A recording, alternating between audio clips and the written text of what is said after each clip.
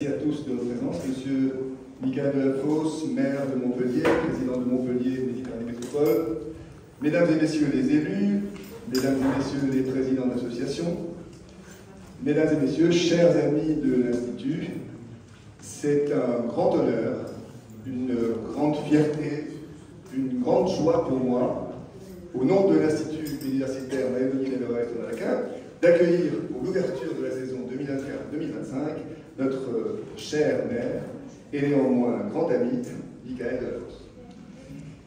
Michael, c'est évidemment plus d'un titre que nous avons plaisir à inaugurer cette saison avec toi.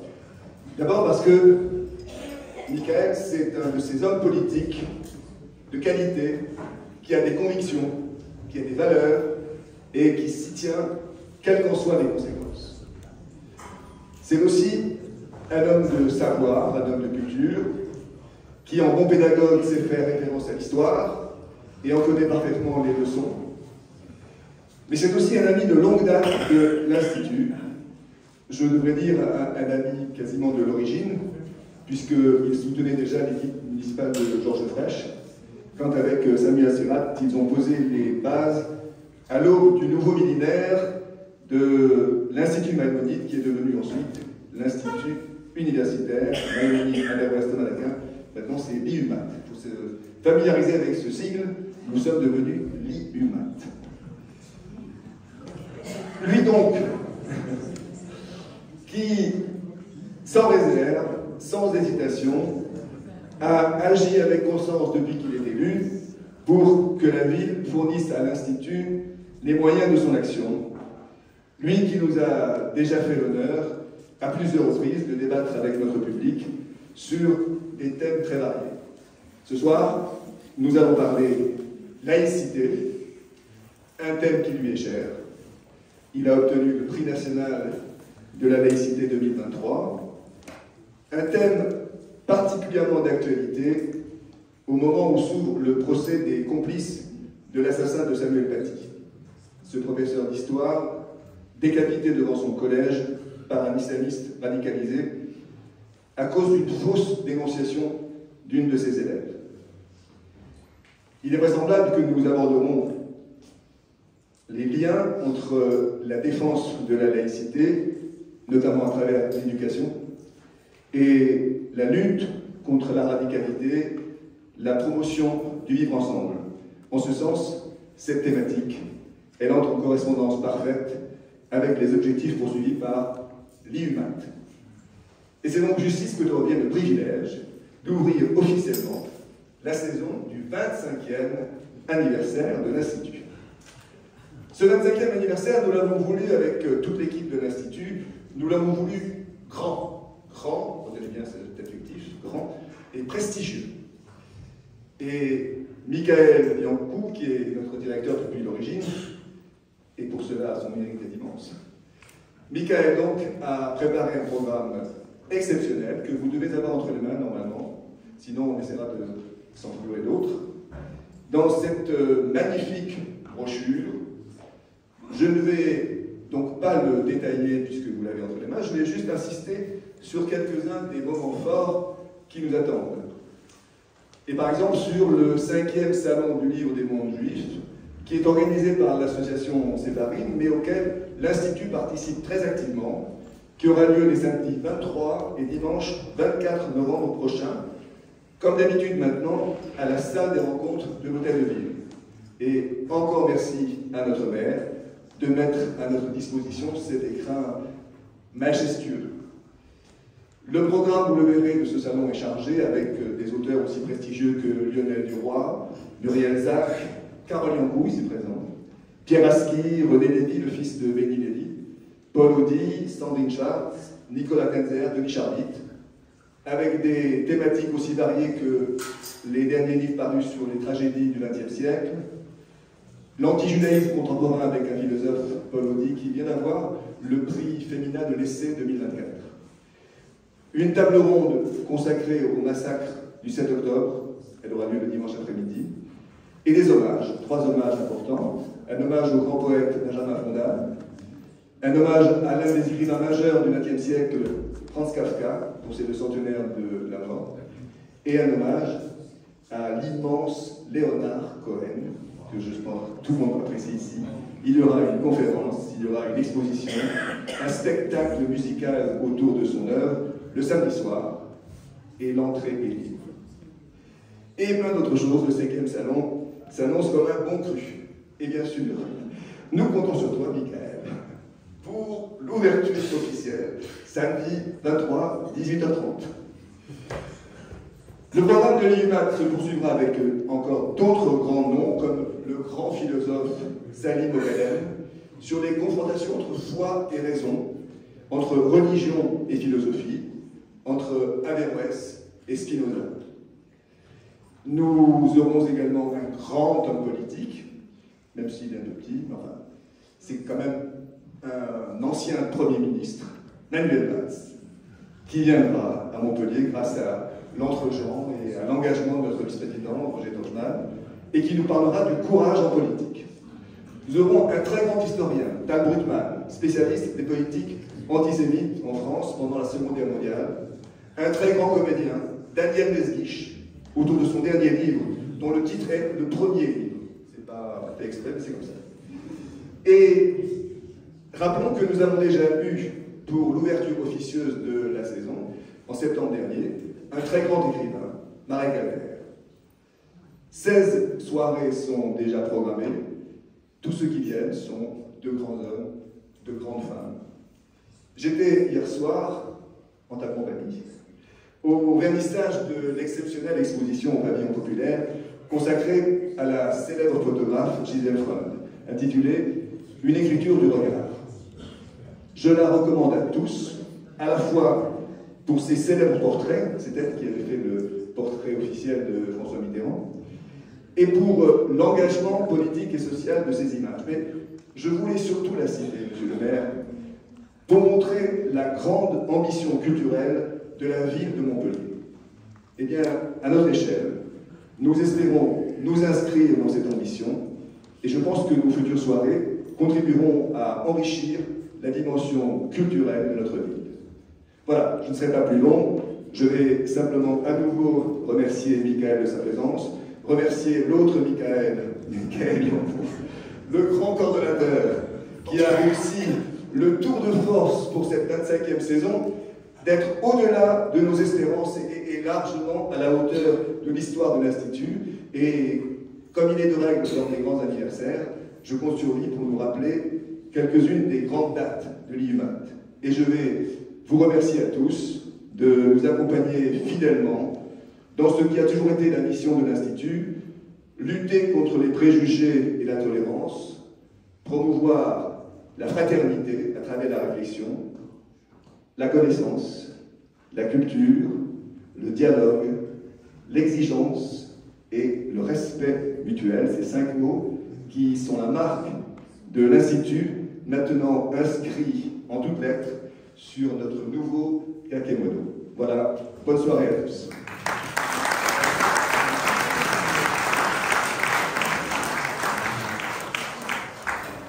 Merci, cher monsieur Fouki, et bienvenue à toutes et à tous pour l'ouverture officielle de cette saison 2024-2025 de l'Institut universitaire Maïmonide Averroès de Madaquin. Il est agréable d'excuser Carole Delga, président de la région Occitanie-Pyrénées-Méditerranée, le professeur Mireille Dascobel, qui est la présidente de cet institut, et saluer la présence de nombreux présidents d'associations, universitaires, agents de culture de la ville de Montpellier, de ses alentours. Je ne peux pas tous vous citer, mais peut-être un ou deux noms, Christian Nick, ou encore mon ami Jean-Paul Montabaré. Après la Journée européenne de la culture et du patrimoine juif, édition 2024, le premier dimanche de septembre, comme à l'accoutumée, Montpellier a cette chance effectivement d'organiser cette journée quasi exclusive dans l'Hexagone, et l'Institut en est effectivement la locomotive. Le 10 septembre, nous avons reçu, comme l'a rappelé Charlène Guy, l'immense écrivain, conteur Marek Alter.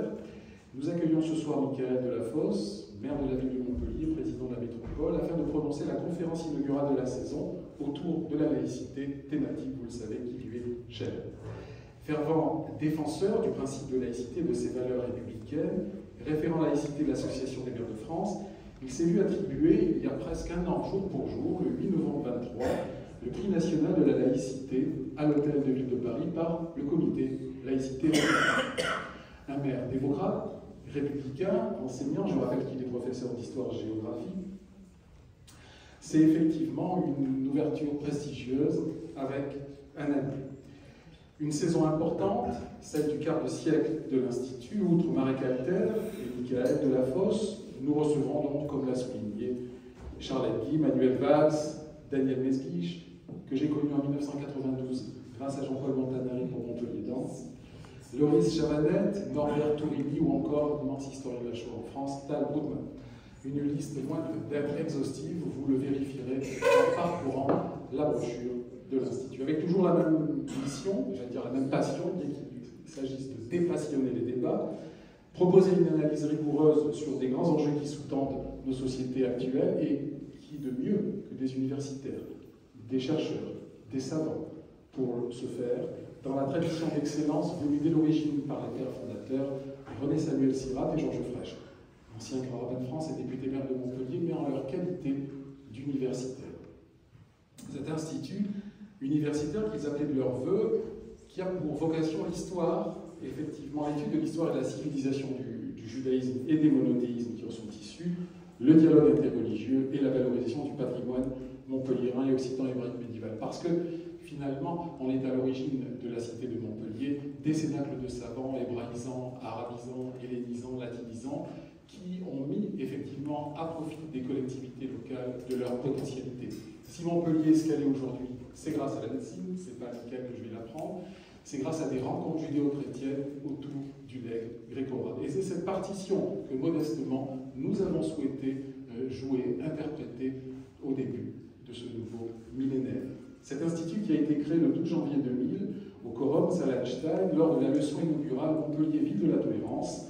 Sûrement que Georges Frêche, qui l'a prononcé, avait en mémoire l'édit de Guillemot de 1181, qui compte ou qui vienne puisse enseigner la physique, la médecine à Montpellier, en présence du professeur et grand rabbin René Samuel Sirat, président fondateur, de Guy Zemmour, votre prédécesseur, monsieur Guy, président délégué, et votre serviteur. L'Institut Maïmonide s'est vu implanté en avril 2000 grâce à la ville de Montpellier, dans le bâtiment synagogal du quartier juif médiéval au 1 rue de la Baraderie. C'est une légitimité topographique et historique, évidemment, pour l'Institut décédé dans ces pierres du XIIe, XIIIe siècle. L'Institut donc prend ces quartiers juifs, un site lourd de sens et de symboles, lorsque l'on songe à la riche histoire du judaïsme montpelliérain et méridional, apport à la science du judaïsme, Talmud, Kabbale, à Lunel, à Vauvert, anciennement Tosquière, apport aux sciences exactes. À Montpellier, les représentants du mosaïsme ont effectivement contribué au renom de la médecine, fait œuvre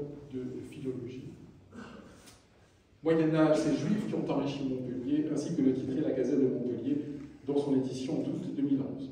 Une Jérusalem du Languedoc, c'est ainsi qu'était appelé Montpellier au Moyen-Âge dans les collectivités hébraïques, Ira, la ville de la montagne, Ira Kodesh, la ville sainte, Har Gaash, la montagne de l'agitation. C'est une petite Jérusalem, oui, renaissante, puisant sa source dans l'eau séculière du Mikvé, le bain rituel juif, que vous avez dû admirer, qui est une fierté pour nous autres Montpelliérains, qui est un joyau de l'art roman et qui est l'un des deux plus anciens monuments religieux avec la crypte de Notre-Dame. Un patrimoine montpelliérain hébraïque médiéval renaissant, exceptionnel, une richesse architecturale pour une ville et une région exploitée dans une perspective plurielle, la création donc de l'Institut tête de pont intellectuel de la communauté juive, pour reprendre les mots du Midi Libre du 22 octobre 2004, l'implantation de la nouvelle Galia Judaïca du CNRS École pratique des hautes études en 2003 pour une décennie, la mise à disposition des salles des Trois Arches et Don Profia, l'acquisition en 2008 à Londres par la ville de Montpellier grâce à l'ancien maire Evan Mandron et l'actuel maire, alors adjoint effectivement au patrimoine, c'est ça, d'un marzor, d'un recueil liturgique hébraïque pour les grandes fêtes de Tishri, un mois important dans le calendrier lunaire hébraïque, puisque c'est le mois du Nouvel An et du Grand Pardon, ainsi que les travaux archéologiques en cours ne sont que les premiers bourgeons d'une floraison patrimoniale et scientifique qui se poursuit. L'Institut s'enrichit d'Averroès et de Thomas d'Aquin. L'idée d'une plateforme où se rencontreraient les trois monothéismes a reçu une nouvelle impulsion en 2016, mais elle avait été évoquée, envisagée par Georges Frêche au début des années 2000 et approuvée par son collègue, le professeur Sirat. 25 ans d'excellence avec des hautes personnalités, des universitaires, des chercheurs, des intellectuels de premier plan. On a reçu en 25 ans 2 prix Nobel, Elie Wiesel, prix Nobel de la paix, Claude Cohen-Tenucci, prix Nobel de physique. Un ancien Premier ministre prochainement, Manuel Valls. Un ancien ministre des Affaires étrangères de la Roumanie, Andrei Marca. Les plus grands intellectuels, Bernard-Henri Lévy, André Glucksmann, et son fils Raphaël, Pascal Bruckner, Boris Cyrulnik. Les plus grands philosophes, Marc Anawakinin, Maurice Ruben-Ayoun, Moshe Hitler, Raphaël Drey, Sophie Norman, Daniel Sidoni. Les plus grands spécialistes de l'antisémitisme et de la Shoah, Serge Klarsfeld, Annette Vivorca, Jacques Semelin, Georges Bensoussan, Robert Wistrich, Patrick Desbois, Laurent Joly. 2 cardinaux, Jean-Marie Lustiger et André 23.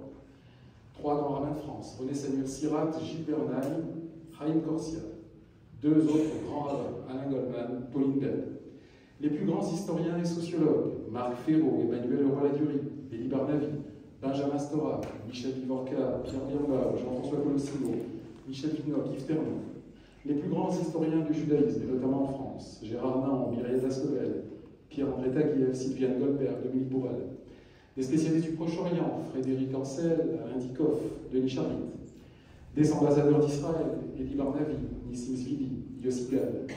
Les plus grands intellectuels arabo-musulmans, Mohamed Harkoun, Mohamed Ali Amir Boisi, Boualem Sansal, Ghaleb Bencher. Des spécialistes de l'islam, Colette Sirat, Paul Fenton, Ahmed Chardan, Tony Lévy, Meir Baracher.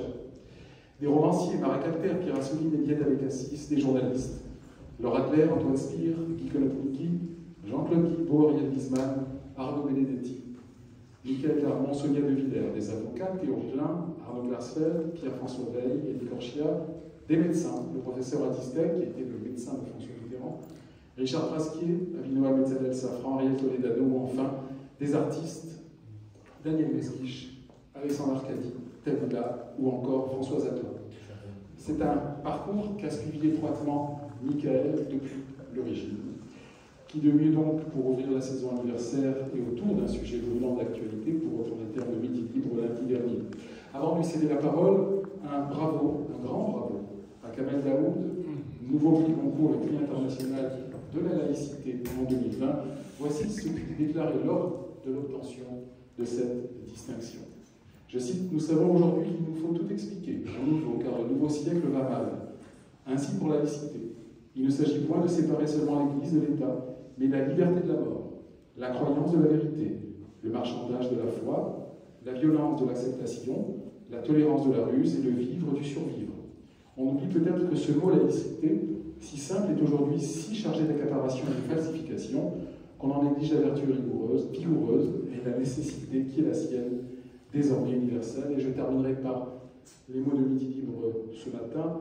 Laïcité, je cite ce mot qui a toujours fait honneur à la France et qui garantit pour chacun la liberté de vivre sa foi ou son athéisme, est aujourd'hui bafoué et détourné. Éluard écrivait « Liberté, j'écris ton nom, écrivons tous, laïcité, j'écris ton nom », fin de citation. Voilà une belle entrée en matière pour lancer la communication de notre maire, président, professeur et ami, Michael Delafosse.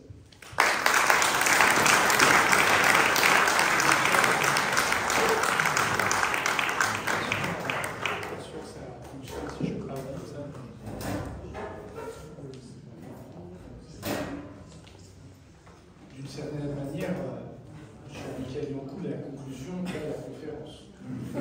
Mais j'y reviendrai. Avant toute chose, de parler du thème qui me donne l'immense honneur d'ouvrir la 25e saison de l'Institut Maïmonide, qui me soit permis d'en saluer son président actuel, cher Charles, son directeur, cher Michael, et de saluer tout le chemin parcouru depuis cette conférence inaugurale, Montpellier, ville de tolérance, lancée par Georges Frêche à l'époque.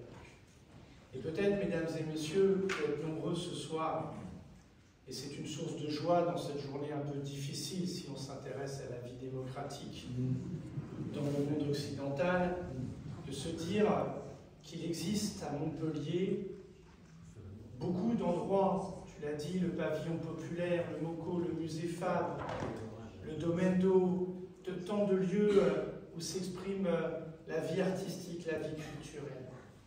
Qu'avec l'Agora des Savoirs qui commence ce soir, Et ici, depuis 25 ans, l'Institut Maïmonide, mais aussi le Centre Lacordaire, animé par les Dominicains.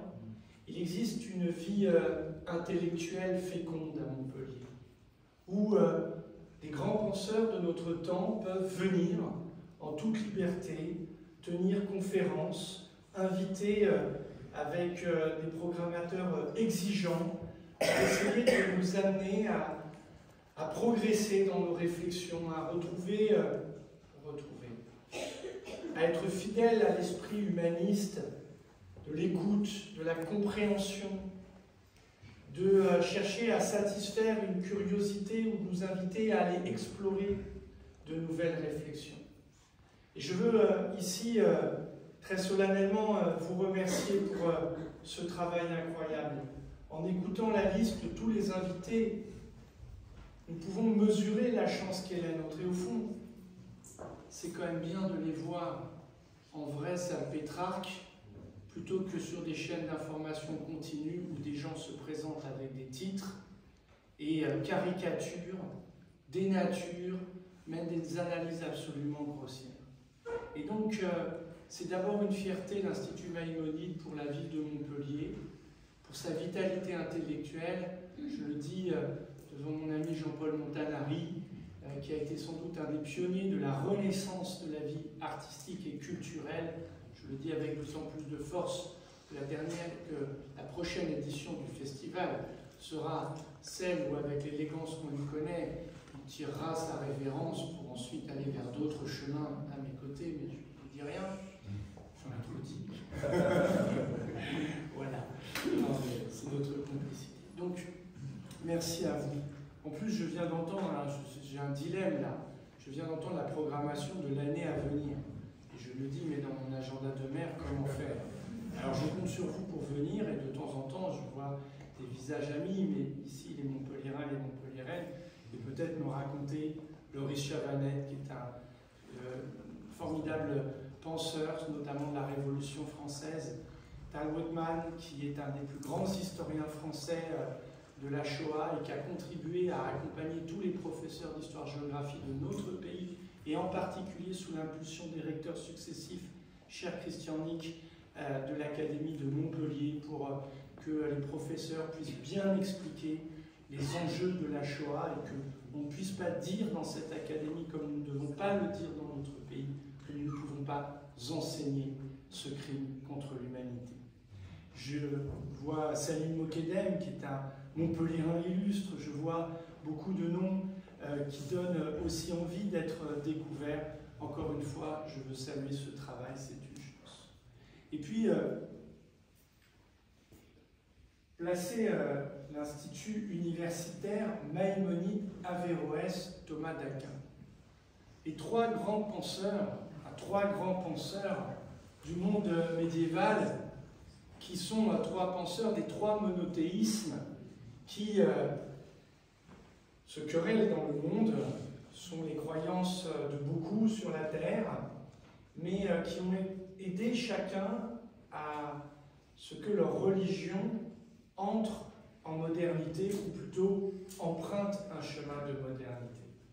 Et je crois que d'avoir dénommé ainsi l'Institut, mais je veux le dire, beaucoup de pression à tous ceux qui interviennent. Parce que placer sa réflexion sous les auspices de Maïmonide, Averroès et Thomas d'Aquin, c'est intimidant. Alors, me permet ici d'arriver vers un point. Je ne suis pas chercheur, je ne suis pas un universitaire, je ne suis pas en permanence confronté à la recherche académique. Je suis, comme vous tous, mesdames et messieurs, pour beaucoup, à m'informer à travers la presse. Je veux saluer Midilip, qui aujourd'hui a jugé utile, et souvent d'ailleurs, d'inviter ses lecteurs à venir inciter à cette conférence. Donc je ne tiendrai pas un propos ici sur la laïcité d'universitaire, de philosophe. Pour cela, Henri Pénard-Ruiz serait sans doute le plus amène, celui qui est l'auteur du dictionnaire amoureux de la laïcité, celui qui a dirigé des thèses, qui a conduit un enseignement et formé de très nombreux disciples, parce que j'ai eu l'occasion d'en rencontrer, il l'appelle maître. Très impressionnant. Et donc la parole qui est la mienne est évidemment moins académique, elle est plus politique, parce que la fonction qui est la mienne, celle d'un maire, c'est de s'exprimer dans le débat démocratique. Donc si vous attendiez ce soir à conférence scientifique, très rigoureuse, comme le sont nos universitaires, je veux d'emblée dire que le propos qui est le mien sera d'abord celui d'une personnalité politique, et cela a été dit avec beaucoup d'élégance à la fois par Charles et Mickaël, qui est très engagé sur ce sujet. Et donc pour moi, je vais essayer de vous expliquer pourquoi, au fond, je suis engagé sur ce sujet, pourquoi ce thème de la laïcité doit être un thème, comme le disait, j'ignorais cette citation de Kamel Daoud, quelle joie qu'il ait eu le Goncourt, mais qui disait que la laïcité était un terme dévoyé, déformé, et qu'aujourd'hui, il est important de le réaffirmer avec clarté. Et donc c'est cela que je vais essayer de faire du point de vue du maire, et puis c'est vrai, j'espère ne pas faire offense à mon métier, professeur, et donc être le plus pédagogue possible pour que chacun des propos que je tiens soit bien compris. Professeur que je suis, et ce matin, c'est devant mes élèves à 8h34, puisque je faisais un cours sur la presse, que nous avons appris l'élection du nouveau président des États-Unis. Vous voyez, donc je garde une charge d'enseignement, c'est important pour moi. Georges Frêche le faisait aussi, lui, comme universitaire, en la faculté de droit.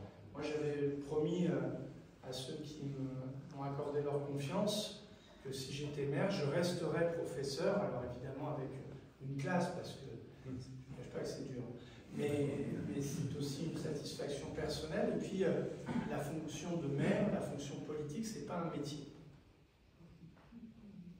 C'est une fonction.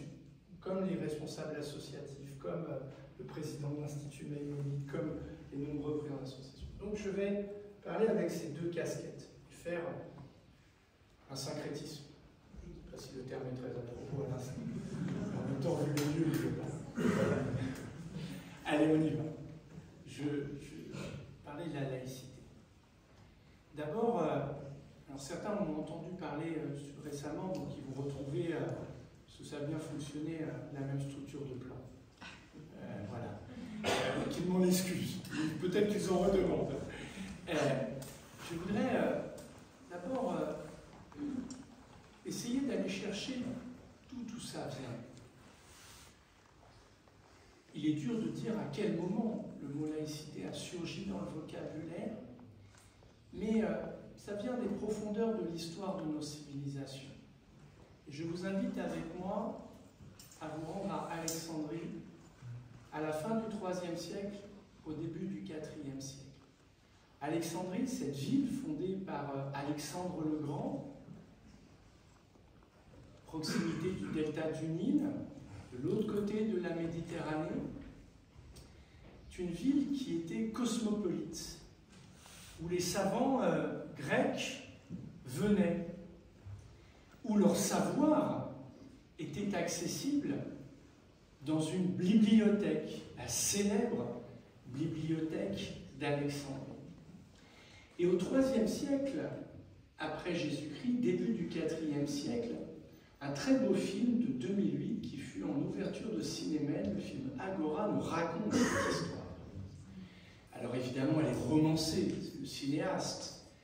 Nous raconte cette histoire et nous montre qu'il existe dans Alexandrie des polythéistes, donc ceux qui ont encore les croyances gréco-romaines, ils croient en Jupiter, en Neptune, et ils fréquentent la bibliothèque d'Alexandrie. Et puis, le christianisme, qui après l'édit de Caracalla, l'édit de Milan, pardon, en 313 est autorisé dans l'Empire romain, eh bien, petit à petit, veut devenir dominant dans ce qui reste de l'Empire romain. Et le film Agora, et les historiens l'attestent, montre la rivalité entre les polythéistes et les chrétiens. Les polythéistes s'occupent de la bibliothèque et les chrétiens mettent beaucoup d'énergie à imposer leur foi à d'autres qui ne l'ont pas. Et pour imposer leur foi, ils vont brûler, c'est le second incendie de la bibliothèque d'Alexandrie, ils vont brûler la bibliothèque, éliminant ainsi une source de savoir et d'esprit critique, une source de progrès, une grande souffrance pour nous. Tant de connaissances ont été perdues à cet instant. Et la ville d'Alexandrie se voit devenir totalement chrétienne. Et toute personne qui est polythéiste ne peut plus vivre dans la ville, dans la cité. Et le film Agora montre très bien ce processus-là. Quel est-il? Il est celui d'une intolérance, et il est l'illustration du dogme religieux, d'une croyance religieuse, érigée en dogme que l'on impose à tous. Et à partir de là, l'Occident chrétien, eh bien, va voir l'univers du christianisme dominer le schéma de pensée et laisser peu d'espoir à toute réflexion critique. Sauf peut-être, cher Michael, grâce à Guillaume VIII à Montpellier. Mais je terminerai là-dessus. Je prends cette première histoire, cette première date, pour nous dire qu'une religion qui veut s'imposer à tous les autres et définir son ordre, ce n'est pas une nouveauté. Ça s'est déjà produit. Et donc le christianisme, d'un seul coup, s'est imposé et il n'y avait plus de liberté. Seconde date, on va faire un bond de quasiment 1000 ans, 1765. 1765, c'est une affaire. On la surnomme dans le royaume de France l'affaire du chevalier de la Barre.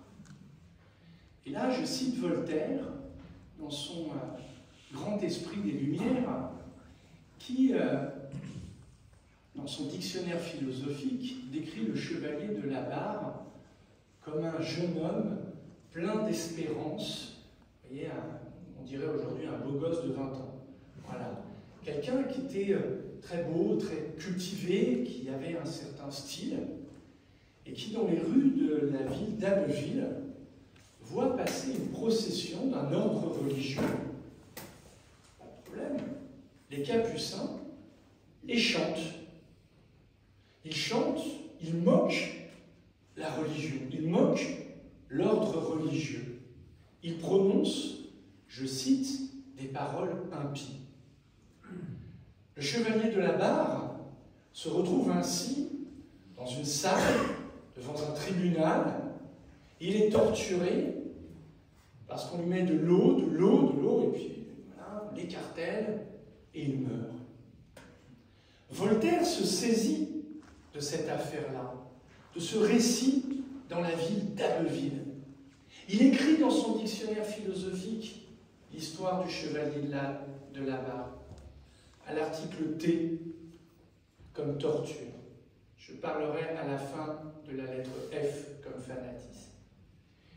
Et là, dans l'esprit des Lumières naissants, au XVIIIe siècle, où Voltaire, Rousseau, Diderot, Emmanuel Kant dit « Ose penser, aie le courage de te servir de ta raison » pour répondre à la question « Qu'est-ce que les Lumières ?» Eh bien, Voltaire dénonce cette affaire du chevalier de la Barre comme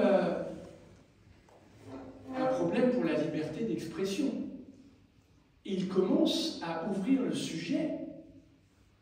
La liberté d'expression est nécessaire, et d'ailleurs la liberté d'expression peut-elle parler de la religion et la critiquer? Parce que le chevalier de la Barre meurt parce qu'il a chanté en critiquant. Et donc il a remis en cause le poids du culte religieux. Là, en l'occurrence, l'ordre des Capucins, culte catholique. Liberté d'expression. Chevalier de la Barre, XVIIIe siècle. Je fais un petit retour en arrière, excusez-moi, parce qu'il faut que je vous parle de Montpellier. 24 août 1572. C'est pas à Montpellier encore. Massacre de la Saint-Barthélemy. Notre pays vit ce traumatisme, encore, du massacre des protestants dans les rues de Paris. Vous savez, il y a eu la cérémonie des Jeux Olympiques, on a mis en avant le Louvre, la cour intérieure du Louvre, le sang coulait.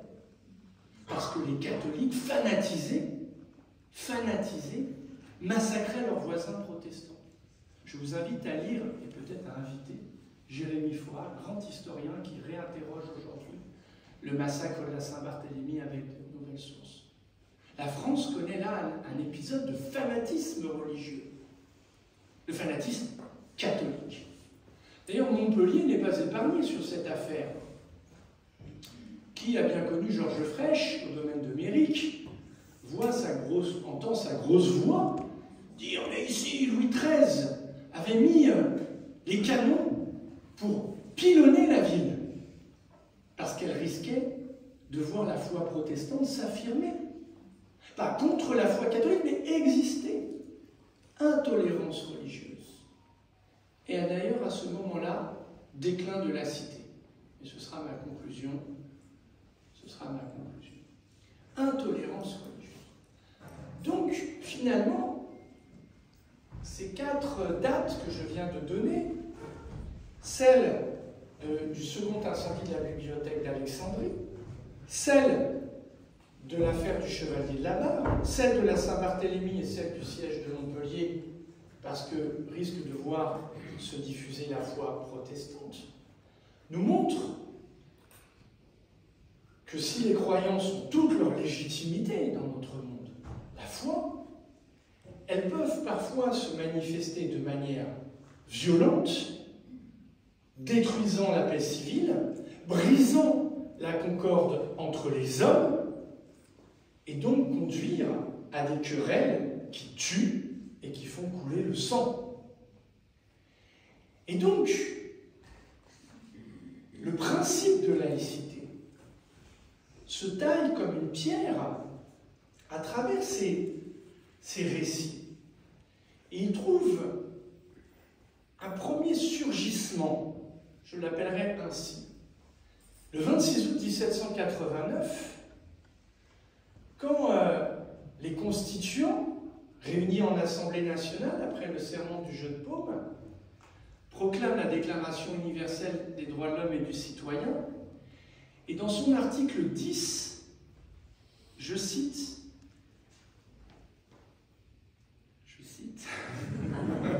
là où il ne fallait pas le dire, nul ne peut être inquiété pour ses opinions, virgule, même religieuses.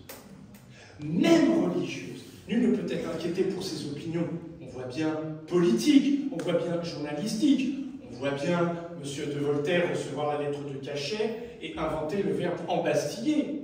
On voit bien ce qu'il cherche à régler en écossais. Mais ils disent, pour ses opinions, même religieuses. Et là, la Révolution française accomplit une œuvre majeure, car elle pose comme principe fondamental la liberté de conscience pour ceux qui vivent sur le sol de France. Et d'ailleurs, elle va avoir besoin d'approfondir cette question, parce que ça, souvent avec Mickaël, c'est notre petite battle, sur l'émancipation des Juifs, des gens de confession juive, d'origine juive. Et donc, elle va d'ailleurs le préciser, et la France sera le premier pays en Europe à accorder la citoyenneté, parce que c'est la déclinaison de cet article. Évidemment, avec l'article 1, sur tous les hommes naissent et demeurent libres et égaux. Mais on pose le principe de la liberté de conscience. Voltaire n'est plus dans le texte, il est dans le droit. Et la Déclaration des droits de l'homme et du citoyen est l'édifice juridique sur lequel nous vivons. Il est le préambule de la Constitution, de la 4e République, de la 5e République, Et donc, il est principe fondateur. Alors, surgit qui s'empare de cette question de la laïcité dans le débat démocratique. À la Révolution française, il n'est pas question de ce terme. Par contre, dans un contexte difficile pour un courant politique, les républicains, pas ceux de M. Trump, ni ceux qui siègent à la droite de l'Assemblée nationale, les républicains, c'est-à-dire ceux qui veulent que le régime politique en France soit la République. Fait vite, la Première République, après la victoire de Valmy, 1792, l'Empire, la Restauration, la Seconde République, 4 ans, le coup d'État de Napoléon III. Et donc la République au XIXe siècle n'est pas un régime acquis. Loin de là.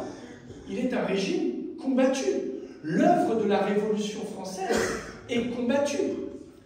Et donc, sous Napoléon III, un courant politique nourri de figures, comme Victor Hugo évidemment, d'idées existent, et c'est le courant républicain qui vise pendant le Second Empire, à rétablir la République.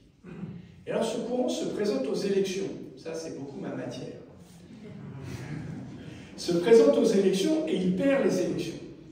Il ne les gagne jamais, c'est normal, elles sont organisées. Napoléon III, il disait au préfet, il faut faire voter pour un tel ou un tel. Évidemment, là, c'est difficile. Et puis, comme les gens ne savaient pas lire ou écrire, ils suivaient l'avis des notables, donc ils votaient pour l'empereur. Et donc, il y a un courant politique de républicains qui essaye de défendre les idées républicaines comme régime. Et en 1869, il rédige un programme politique, le programme de Belleville. S'il y a des collègues profs d'histoire, ils connaissent ça peut-être même mieux que moi. Programme de Belleville. Et ce programme est un programme politique très connu dans ses promesses réalisées. Il proclame que si nous gagnons, nous instaurerons la liberté d'association. Si nous gagnons les élections, nous garantirons la liberté de la presse. Si nous gagnons, nous rendrons l'école publique gratuite et laïque. Si nous gagnons, nous séparerons les églises de l'État. C'est un programme qui est écrit, qui est posé, et que les républicains vont s'engager à défendre. Autour de ce programme, il y a une figure, comme ça m'aide aussi, de Léon Gambetta, par exemple, qui va être une des figures très importantes de cette période. Et donc, après la défaite contre la Prusse, la République est proclamée. Elle est encore instable, mais les républicains mettent en œuvre leur programme. Et d'ailleurs, vous voyez, ils ne perdent pas beaucoup de temps. 1880, l'école devient gratuite, publique. D'ailleurs, 1880, c'est la loi sur la liberté de la presse. Vous savez, il y a encore des vestiges sur les murs de France. Défense d'afficher, loi de 1880. Vous voyez, c'est le programme de Belleville, c'est le programme de Gambetta. Parce que, voilà, c'est par les journaux qu'on s'informe. La loi sur la liberté associative, sur les associations de 1901. Et va arriver la loi de 1905, du 9 décembre 1905, de séparation des églises et de l'État. Petite observation du maire à ses concitoyens. C'est quand même agréable la stabilité juridique. Hein. Vous voyez, les lois dont je parle, c'est encore des références aujourd'hui. D'ailleurs, personne ne les a modifiées. Elles sont très rarement, il n'y a pas de gens qui disent il faut changer la loi sur la presse, il ne faut pas changer la loi 900. C'est des lois très stables. Parce qu'elles avaient été très préparées à la fois comme programme, mais aussi parce que le législateur prenait beaucoup de temps dans le débat parlementaire. Et l'éloquence était d'ailleurs toujours au rendez-vous, au point que quand un discours était de grande qualité, il était affiché sur un des murs, pas de l'Assemblée, mais de couloir de l'Assemblée, et on venait voix. Et on avait beau être un opposant politique, on venait saluer l'éloquence. Je ne veux pas être nostalgique d'une période, mais j'ai quelque espoir pour l'avenir. Je crois qu'il faut continuer à défendre le principe d'une délibération et de l'éloquence dans le débat démocratique. Je ferme ma parenthèse. Alors j'en arrive à la loi de 1905. La loi de 1905 est une loi de séparation des églises et de l'État. Je dis bien des églises et de l'État parce que le pluriel est dans la loi. Mais à ce moment-là, ce qui se joue évidemment est face à l'Église catholique qui est extrêmement puissante en France, en Europe, et les relations entre la République et la papauté cordiales. Et donc c'est une loi de séparation des églises et de l'État. Et donc on voit tous ici l'image qui se produit où les gendarmes entrent dans un certain nombre de lieux et retirent les crucifix pour poser le principe de neutralité du service public, de l'État, de cet objet qui est l'État, qui est la chose publique, qui est la République, comme principe de neutralité. Je vais y revenir. Mais la loi de 1905 est méconnue dans ses autres articles. Ça, c'est très connu. Il y a le financement aussi. Hein, c'est les fidèles qui doivent financer par eux-mêmes, ce qui n'est pas toujours simple, il faut le reconnaître, mais c'est ainsi, et ce n'est pas à la République de salarier les représentants des cultes, ni les lieux cultuels. Mais il y a une autre partie de la loi qui est méconnue, et je vous invite, et peut-être il pourrait être aussi un des intervenants à nouveau de l'Institut Maïmonide, Patrick Weil. Patrick Weil, c'est un historien passionnant, et qui lui dit, mais tout le monde parle de la loi de 1905 dans le débat démocratique, on parle de la séparation des églises et de l'État, mais l'article 32 dit que tout acte de prosélytisme, je ne le cite pas de mémoire là, mais toute personne qui veut imposer sa religion à un autre peut être condamnée.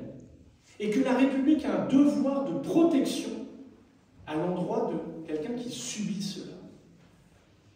Et donc, il y a parfois des discussions sur le sens de la loi de 1905. Est-elle très libérale, loi de liberté, ou loi de contrainte? Mais non, loi d'intérêt général.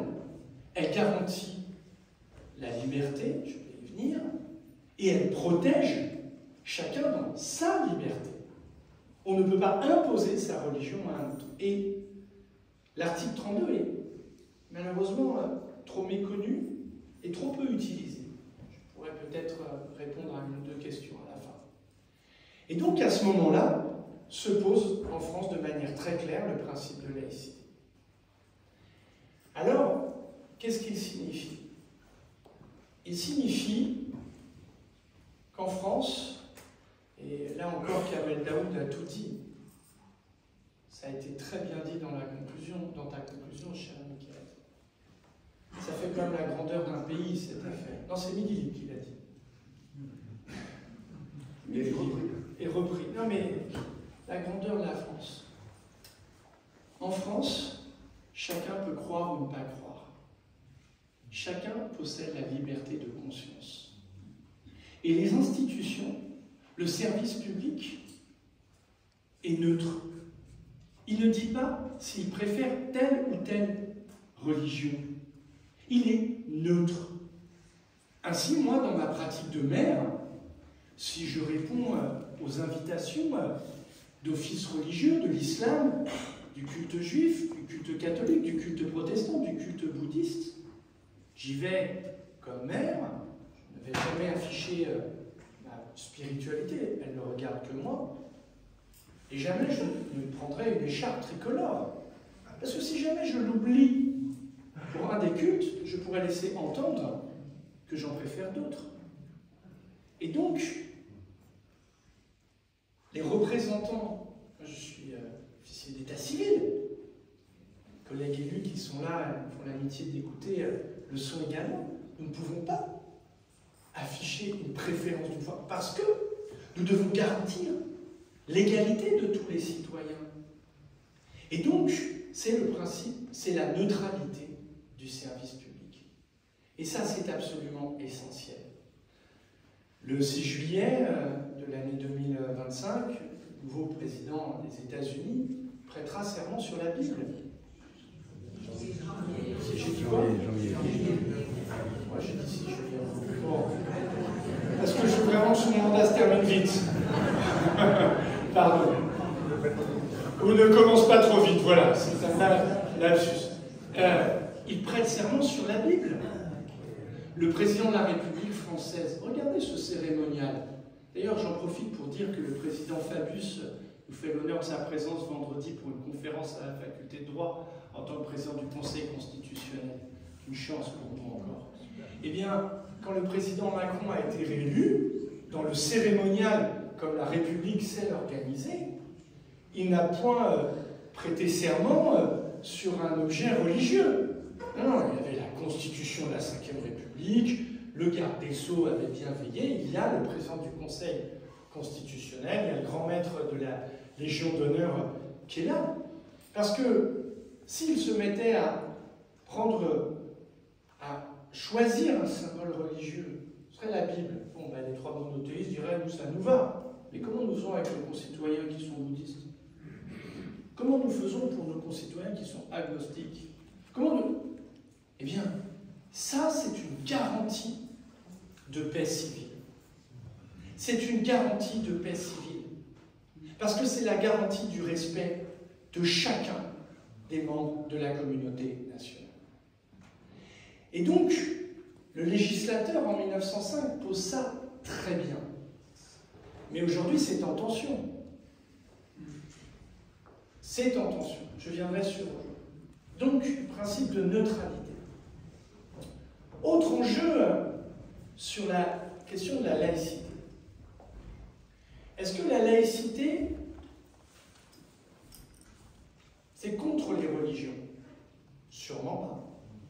La laïcité, c'est la garantie pour chaque religion de pouvoir exister et pour chacun de pouvoir affronter avec sa foi ou son absence de foi. Et donc ça garantit la liberté. La laïcité, elle protège. Parce que quand quelqu'un veut imposer sa religion, eh bien, les mesures d'ordre public doivent être prises. Et donc, la laïcité protège. J'en viens ici à la question scolaire. L'école, qui est d'ailleurs l'objet d'offensives contre la laïcité, minoritaire mais réelle. L'école. Pourquoi l'école, ce principe de neutralité est-il si important? Quand Jules Ferry rend l'école laïque, il veille merci beaucoup, à faire en sorte que ceux qui enseignent ne soient plus les curés, mais ce soient les instituteurs, figure dans notre imaginaire très puissant. C'est en ça qu'il rend l'école laïque. Et l'école laïque, elle a aussi un principe de neutralité. Pourquoi? Pour protéger l'enfant dans sa construction. Car là encore, l'esprit des Lumières anime la France. C'est Rousseau. Il faut que, indépendamment des dogmes religieux, l'esprit se façonne. Et donc l'instituteur, en apprenant à lire, à écrire, à découvrir des textes, en apprenant des poésies, en confrontant des savoirs, eh bien, participe à l'émancipation. Il ne dit pas « tu ne dois pas avoir de religion, jeune garçon ou jeune fille ». Il dit « voilà la science, voilà un certain nombre de disciplines que nous voulons présenter à ton esprit pour qu'il se forme à l'esprit critique ». Et donc il cherche à mettre en œuvre ce principe de Victor Hugo, enfin cette citation de Victor Hugo, « l'État chez lui, l'Église chez elle ». Et donc la question de la foi relève davantage de l'intime, de la sphère familiale, de parfois la grande fête familiale. Et que l'État, lui, n'a pas à aller s'ingérer, mais chacun devant être à sa place. Tout ça a été très écrit et se passait très bien. Et en 2004, le législateur est revenu compléter l'édifice juridique en prenant une disposition importante à partir de la commission dite, pas la commission dite, la commission Stasi.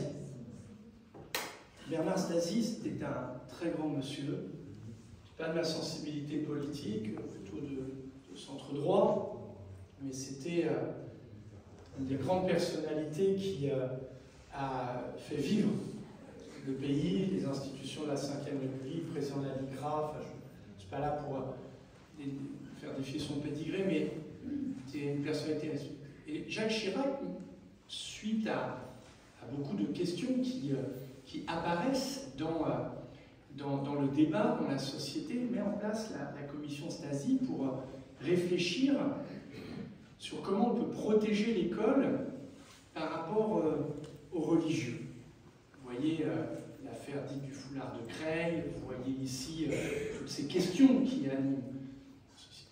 Et donc, Bernard Stasi, où siège Patrick Weil, siège tout un tas de grands intellectuels, de grands universitaires de notre pays, tient une commission et propose une loi pour que le principe de neutralité soit posé sur la tenue vestimentaire des élèves, en disant qu'il ne faut pas de signe ostensible de sa foi. Qu'il y ait main de Fatma, une croix, une toile de David, un petit collier derrière soi, ça ne va pas. Mais de signes physiques. Et la commission Stasi propose cela. Et alors, récemment, à Montpellier, on a accueilli M. Siskin, qui est un inspecteur général, je pense, Christian, vous devez le connaître, et qui nous a dit comment le législateur va basculer pour interdire les signes religieux comme tenue vestimentaire des élèves. Il consulte des lycéens. Il y a une réunion, il y a un film qui montre ça. J'ai découvert, on voit les lycéens, alors c'est la mode de l'époque, tout à fait la même, heureusement. Et on voit des lycéens qui s'expriment sur ce sujet. Et eux, ils plaident pour l'interdiction des signes religieux. C'est la jeunesse qui, en 2004, voilà, il y a des représentants élus, des CAPL, c'est l'Académie de la vie lycéenne, tout un tas de lycéens qui prennent la parole et qui disent il faut interdire parce que comme ça ne mettra pas de conflit sur des questions qui n'ont pas lieu d'être dans un lieu d'apprentissage qu'est l'école. Et donc, le président Chirac prend la parole solennellement d'ailleurs sur le sujet et dit on va interdire, on va proposer cette loi. Et là encore, il faut regarder que notre pays peut se quereller sur beaucoup de sujets, mais il peut se rassembler sur ce qui est essentiel. Et la loi de 2004, il y a 577 députés qui siègent à l'Assemblée nationale, seuls 60 ne votent pas la loi. Seuls 60. Elle fait consensus entre gauche et droite. Après, il y a des choix qui n'ont pas retenu, mais l'ensemble des groupes politiques qui composent le Parlement à cette époque-là adoptent la loi. Donc la loi de 2004, elle est une loi qui n'a pas vocation à être modifiée. Alors pourquoi j'insiste un peu sur la loi de 2004? Parce que j'en viens au problème de 2024.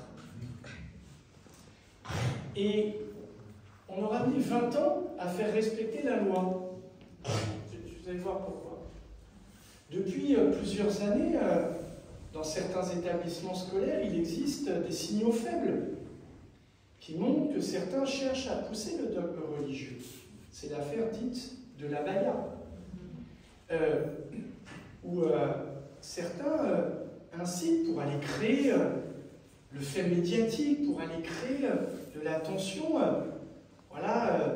parfois détournent des jeunes filles et qui se retrouvent dans Et beaucoup de professeurs se sont retrouvés dans des situations délicates face à ça. Comment juger, que dire? Parce que l'institution scolaire, moi je suis très sévère, ne savait pas dire. Elle disait souvent c'est pas grave, regardez ses pieds. S'il y a des professeurs ici, ils voient tout à fait à quoi je fais allusion. Oh, c'est compliqué. Allez, Et donc, petit à petit, une affirmation du fait religieux pouvait, dans un certain nombre d'établissements, créer des tensions. Et donc, il aura fallu attendre la circulaire de 2023-2024 pour que l'on dise clairement les choses. Pas de signes religieux sur les élèves, et l'abaya et le kamis ne sont pas autorisés. On nous avait prédit beaucoup de tensions. Mais rien. Parce qu'une fois que la loi est dite, qu'elle est expliquée, qu'elle est posée, eh bien, les fonctionnaires, elle est comprise. Et d'ailleurs, le dialogue avec les élèves, c'est à 99,99% extrêmement bien passé. Et donc, on en vient à notre affaire. C'est que la laïcité, si on n'en parle pas, ben comment veut-on qu'elle soit un principe vivant dans une société démocratique? Et donc là, j'en arrive à Michael Delafosse, maire de Montpellier, qui considère que c'est important d'en parler. D'ailleurs, pourquoi? Ben parce que je suis élu de la République, et je suis garant des principes de la République, des principes de concorde, des principes d'émancipation. Je dois, comme vous tous, veiller à ce que nos désaccords ne soient pas des querelles qui nous divisent à un point où nous pourrions apprendre des attitudes violentes. Non, nous devons participer à la concorde. Et donc, quand on parle de la laïcité, quand on affirme la laïcité, on contribue à défendre cette idée que chacun peut croire ou ne pas croire, article de la Déclaration des droits de l'homme, que le principe de neutralité permet de respecter chacun dans ses croyances, que l'institution scolaire doit être préservée des querelles religieuses, et que d'ailleurs, il faut que les enfants soient toujours dans un processus émancipateur par le savoir et l'esprit critique, et que ce ne soit pas leur seule ouverture au monde se fasse par les dogmes religieux. C'est ça, faire des citoyens libres et éclairés. C'est pas moi qui l'ai dit, c'est le projet de Condorcet. Condorcet, si on veut brûler Condorcet, moi je ne sais plus faire. En tout cas, je combattrai ceux qui veulent brûler Condorcet. Il faut faire vivre son esprit. Et donc, on a besoin de réaffirmer ça, et de le réaffirmer avec clarté, avec force. Et nous devons d'autant plus le faire, à mes yeux, et là c'est une conviction très intime et très personnelle, enfin non, très politique. C'est que quand même notre pays a été confronté, comme le monde, à une résurgence des fanatismes religieux. L'élection américaine, dans certains États, il y a des fanatiques religieux qui sont évangélistes, protestants, et qui menacent les médecins parce qu'ils pratiquent l'IVG. Ils veulent imposer leur foi, leur dogme, sur des personnes qui aspirent à disposer librement de leur corps. Ce que nous vivons actuellement avec effroi en Afghanistan, théocratie obscurantiste, qui renvoie, on apprend que les femmes n'ont pas le droit de se parler entre elles, au nom du dogme religieux. Le combat de femmes, vie, liberté en Iran, que Montpellier soutient, je veux vous le dire, ardemment, et que chaque fois que nous pouvons, nous serons là, vise à dire, mais libérez-nous d'un régime théocratique, du dogme religieux qui doit dicter tout dans notre vie, tout dans la société. Qu'est-ce qui s'est passé? Moi, mon éveil politique au monde s'est fait dans la déchirure de ce qui se passait en Irlande du Nord entre les catholiques et les protestants. Heureusement que les hommes politiques ont fait preuve de courage pour mettre fin à une guerre de religion, qui était une guerre civile, mais quasi-guerre de religion. Et puis, notre propre pays, évidemment, a vu une résurgence d'un fanatisme. On avait déjà connu ça, ça revient. Cette fois-ci, c'est le fanatisme islamique. Le Bataclan, Charlie Hebdo, Samuel Paty, Dominique Bernard. Et donc, comment nous faisons? Comment nous faisons quand nous sommes confrontés à ça? Nous soutenons évidemment nos forces de sécurité pour qu'elles nous protègent. Et elles doivent être saluées. Hier, le président Hollande était là, et chaque fois qu'il parle de ces événements-là, il n'est plus le même homme, tellement il est marqué par le deuil, par les choix qu'il a essayé de faire, ceux qu'il aurait espéré faire plus. Voilà, il faut qu'on se le dise. Et donc, retour du fanatisme. Donc il faut qu'à un moment donné, la société, elle se remobilise pour rappeler que vivre en République, en France, c'est vivre sous le principe de laïcité qui est un principe de concorde. Parce qu'il y a des forces religieuses qui veulent imposer leur dogme. Mais si on met sous le tapis et on dit bah, il y a eu du terrorisme, et donc on ne discute pas avec les élèves, nous, dans nos associations, dans nos familles, et qu'on dit mais on essaye d'amener la réflexion aussi. Ah mais en France on a quand même la chance d'avoir la laïcité. Chacun peut croire ou pas croire. Non mais c'est bien, donc voilà, pour essayer de raisonner. Et moi, je crois que ça c'est fondamental. Et donc, comme maire, c'est d'avoir modestement une action. Ben, par exemple, on forme tous les agents publics de la mairie de Montpellier au principe de laïcité. Alors je ne le fais pas moi, parce que j'aimerais bien, mais sinon je ne m'occuperai pas d'autres sujets. Comme il vous appelle, je savais qu'il y avait beaucoup de travaux et qu'il fallait les finir à temps. Voilà. Je voulais placer ça. Et donc, on forme les agents. Et je peux vous assurer que c'est extraordinaire. Parce que les agents, ben, ils racontent des fois des problèmes qu'ils ont face à des usagers, à des collègues. Et là, on donne des réponses. Et donc, on remobilise la société, enfin en tout cas le service public territorial autour du principe de laïcité. Je suis président du conseil de surveillance du CHU. Et je me souviens un jour, Georges Bensoussan était venu dans une conférence ici, et il décrivait des choses dans l'hôpital. Voilà, quand un médecin est confronté à cette tension, en disant « mais vous ne touchez pas ma femme ». Mais là, monsieur, il faut former pour donner une réponse, pour se comporter en agent public. L'agent public, il sert l'intérêt général, et un médecin, il sauve la vie humaine.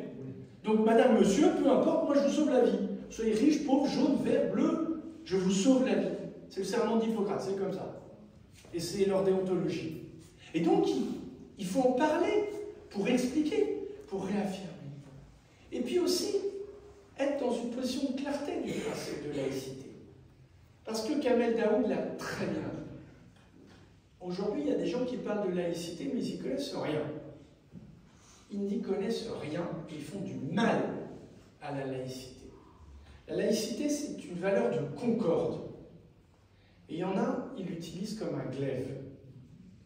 Et moi, j'ai été frappé quand, autour des années 2010-2015, certains ont dit « mais c'est normal que nous fassions une crèche dans le hall de la mairie. C'est la laïcité. » J'ai les vidéos. J'ai les vidéos et vous voyez très bien à qui je fais allusion. Et donc, qui disaient « mais oui, nous sommes un pays de tradition judéo-chrétienne. Donc, au nom de la laïcité. » Et bien là, ils ont transformé la laïcité contre les non-chrétiens. Et on voit bien qu'aujourd'hui, ils visent, en utilisant ce terme, ce magnifique terme de laïcité, eh bien, ils visent évidemment nos concitoyens qui sont de confession musulmane, qui eux aussi, parce qu'ils ont le droit de croire ou de ne pas croire, eh bien, ils doivent être protégés parce que c'est leur liberté. Et de la même manière, si demain, au nom de l'islam, on tue, eh bien là, il faut rappeler que le dogme ne peut pas s'imposer sur la loi civile. Tout comme à Montpellier, la ville du mariage pour tous, ville de liberté également, de combat sur ce sujet. Quand il y avait, et je veux en saluer l'autorité religieuse quand même, il y avait quand même des gens qui se livraient à des thérapies de conversion, en disant, ben oui, mais enfin, non, parce que la loi civile reconnaît à chacun de ses citoyens l'égalité. Et donc, le terme de laïcité aujourd'hui est dans le débat public malmené. Et c'est là où il nous faut, en tout cas moi j'essaye, là où je suis, un peu long d'ailleurs ce soir pour vous peut-être, mais c'est pour ça que j'ai pris ce temps pour le redéfinir, essayer de vous donner des repères d'où ça vient. Parce que Albert Camus, que nous devons chérir comme écrivain, mal nommer les choses, c'est ajouter au malheur du monde. Mal parler d'un principe de concorde et émancipateur qu'est la laïcité, rajoute des malheurs. Et on voit bien qu'il y a un projet chez certains. Et donc, je nous invite à être dans une position de clarté.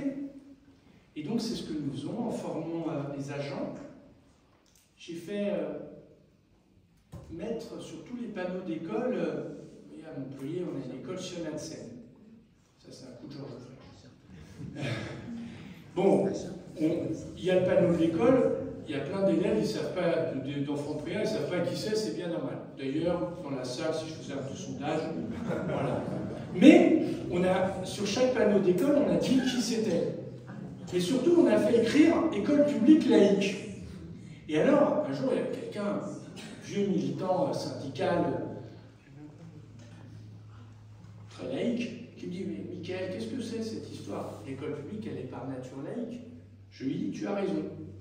Mais les choses vont mieux en le disant. » Et pourquoi nous avons fait ça avec l'équipe municipale? Ça paraît dérisoire, cette affaire.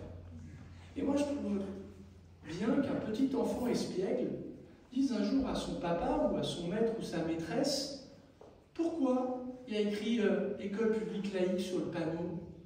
Ah ben très bien. Alors voilà, la laïcité. Et puis quand un personnel de l'éducation nationale, un professeur, se retrouve en situation de tension, et je peux vous dire qu'il y en a.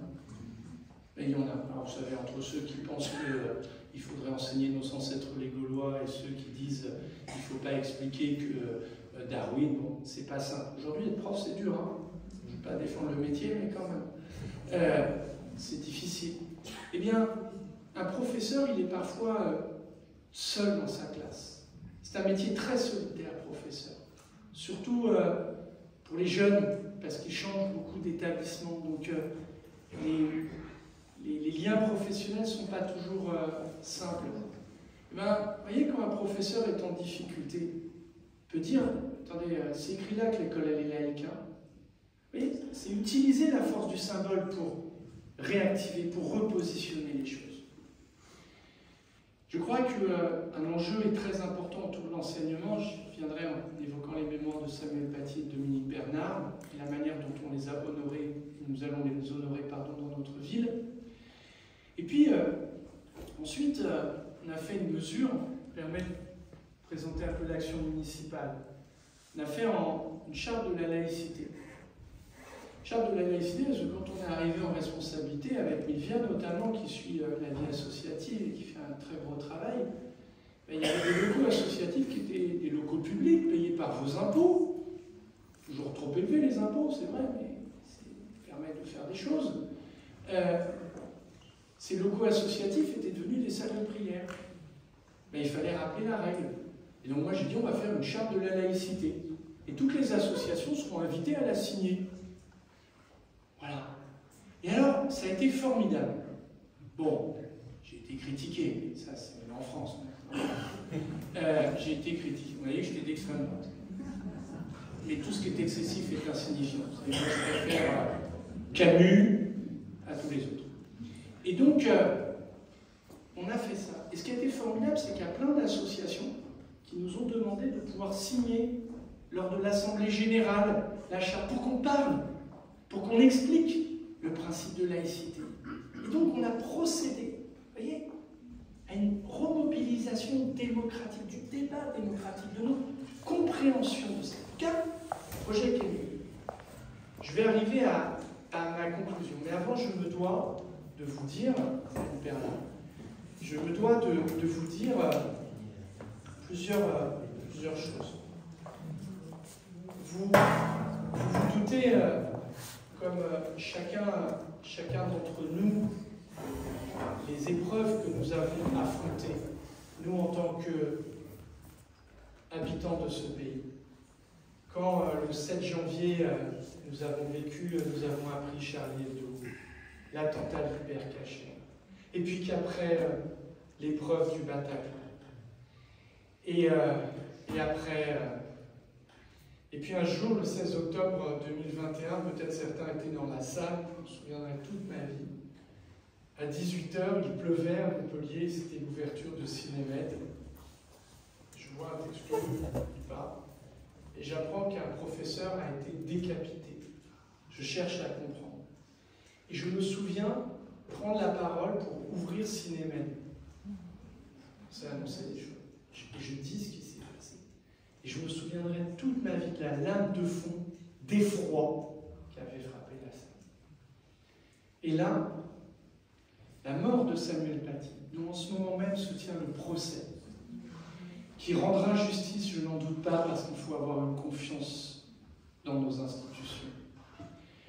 Samuel Paty, qu'est-ce qu'il fait? Il fait ce que tous les professeurs de 4e font dans toutes les salles de classe de France. Ce que je fais quand je fais le cours sur la liberté de la presse et que je montre la caricature d'Honoré Daumier à Charlie Hebdo. Et que d'ailleurs maintenant les élèves me montrent certaines caricatures qui me concernent moi. Pas toujours très agréables. Mais vous en riez. Et l'article 11 sur la liberté d'expression est vivant. Et donc, je leur montre. Et donc, Samuel Paty, quand il fait ce cours, il veut expliquer la liberté d'expression. Et puis, il veut dire que dans ce grand pays qu'est la France, on a aussi la liberté de pouvoir critiquer les religions. Et que le débat doit pouvoir porter sur le droit de blasphème. Parce qu'au fond, puisqu'on a le droit de critiquer les partis politiques, les socialistes, allez-y, on peut critiquer les partis politiques, on peut critiquer nos institutions, mais on peut aussi critiquer les religions qui sont présentes. Il cherche à expliquer cela aussi dans son cours. Quand vous savez, vous essayez de faire passer plein de notions. Et pour ça, c'est mis en place une chaîne de l'horreur.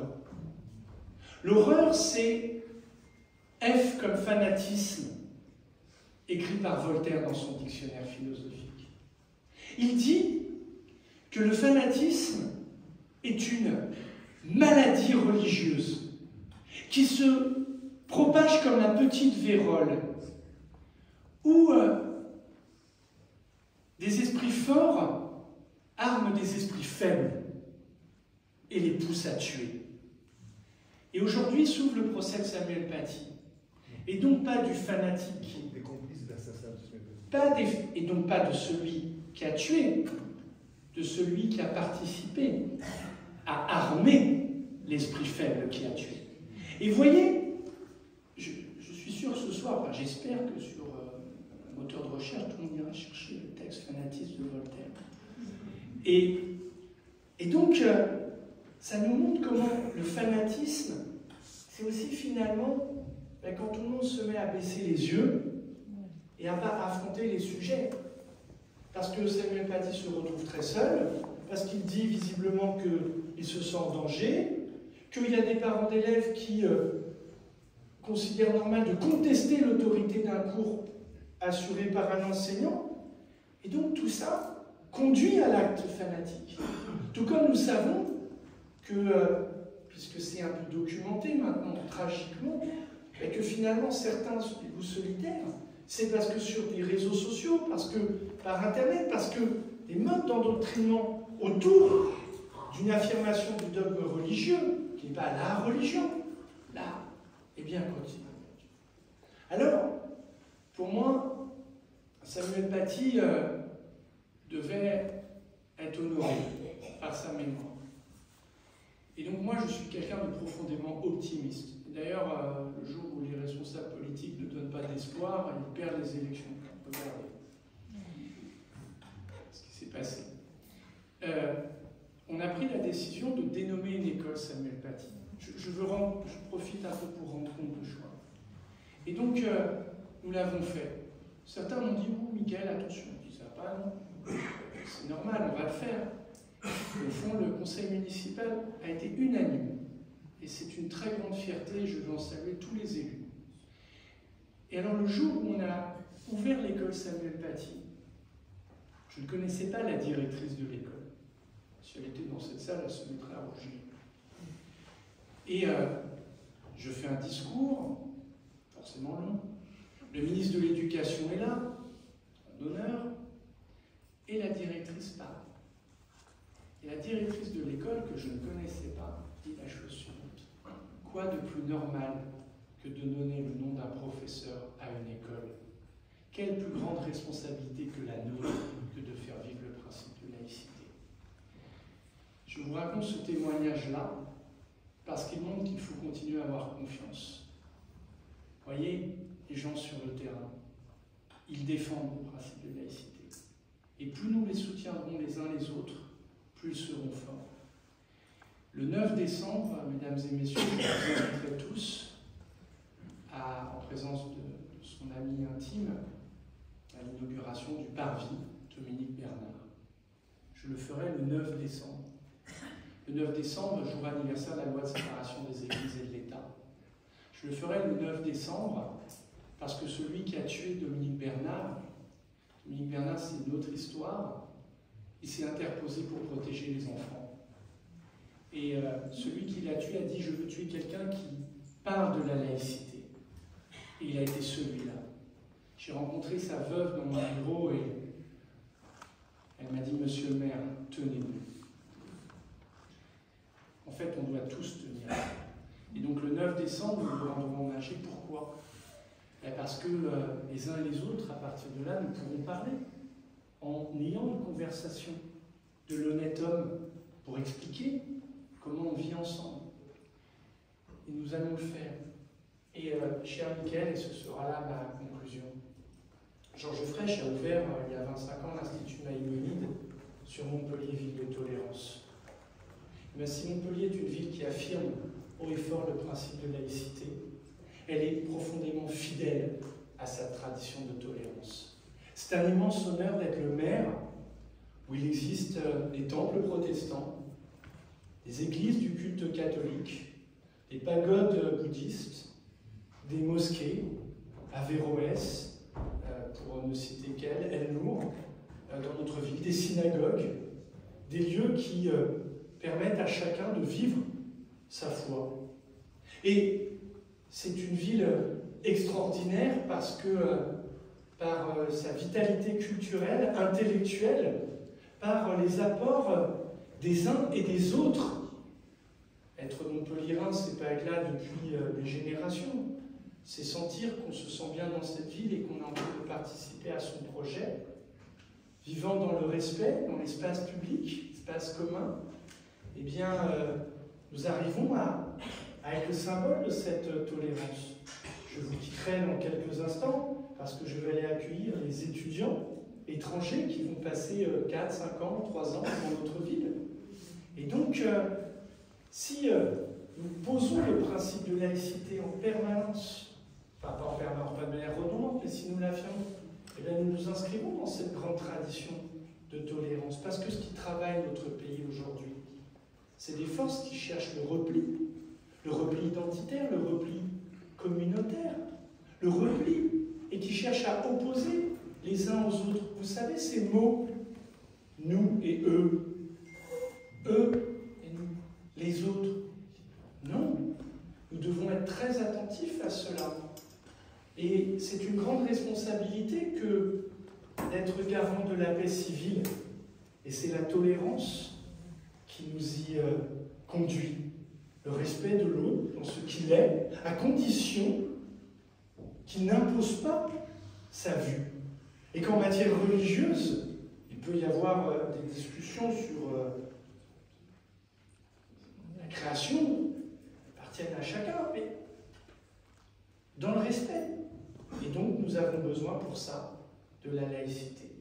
Et l'école, qui est le lieu par excellence, l'école publique, eh bien, doit être profondément préservée. Et je le dis avec d'autant plus de force que nos enfants sont assaillis par les réseaux sociaux, les informations, que nous vivons dans un moment difficile du point de vue démocratique. Et donc l'école doit pouvoir être un lieu de sérénité. Et donc c'est pour ça qu'il est très important d'être très au clair sur ces questions-là, pour permettre aux professeurs de pouvoir donner le meilleur d'eux-mêmes pour former les enfants à l'esprit critique. Et donc, c'est la tâche qui est la nôtre, à tous, citoyens de ce pays, qui est un pays formidable, parce que nous avons chacun nos convictions, nos sensibilités, nos origines, nos histoires. Mais nous sommes un pays universel par les droits que nous proclamons, ceux de la Déclaration des droits de l'homme et du citoyen, ceux qui ont été affirmés par les législateurs successifs. Et donc, il nous faut être cela. Et puis, il faut qu'on ait un peu d'orgueil. Parce que dans le monde, c'est dur. C'est plus dur que chez nous. Et la France, je crois, peut être fière d'être un pays laïque. Parce que précisément, elle garantit la liberté. Je ne suis pas certain que dans d'autres pays, nous puissions échanger ainsi. Je vois Jean-Paul, il a beaucoup voyagé. Et dans d'innombrables pays, il doit être difficile, chez nos amis allemands et pour certains élèves, d'entrer dans des classes où il y a encore des crucifix attachés, accrochés. Et oui, ça peut heurter. Eh bien nous, dans les salles d'histoire, il y a la traditionnelle carte et la traditionnelle frise chronologique. Et donc, nous cherchons, ou dans une école maternelle, un alphabet, voilà, et le système arabe des mathématiques, et puis quelques locutions latines, pour chercher à faire grandir l'esprit. Voilà, mesdames et messieurs, de manière un peu longue, je voulais le dire d'emblée, pas de manière académique, mais de manière de ce que je crois nécessaire, finalement un partage avec vous de ce qu'est le principe de laïcité. Principe de concorde, principe d'émancipation, principe socle d'une institution qui n'est pas acquise et que nous devons ardemment défendre, la République. Je vous remercie.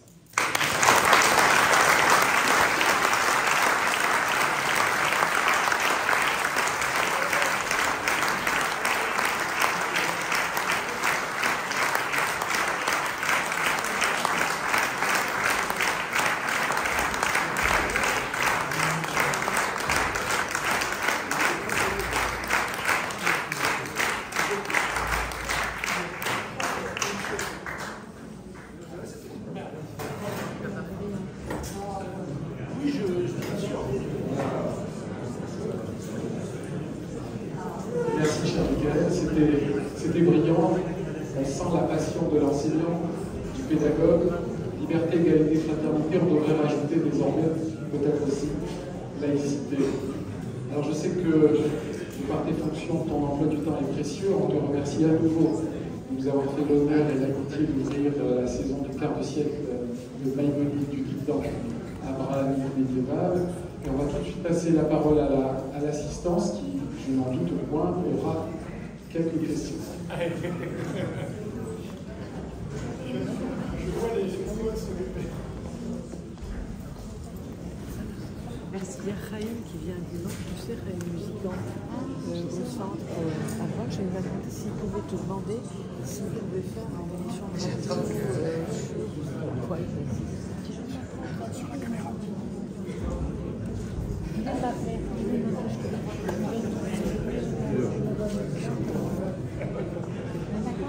Parce qu'il faut que je fasse avant vendredi. Merci, bonsoir. Je vais dans les écoles, justement, puisque je suis DDEN, et je me rends compte que la laïcité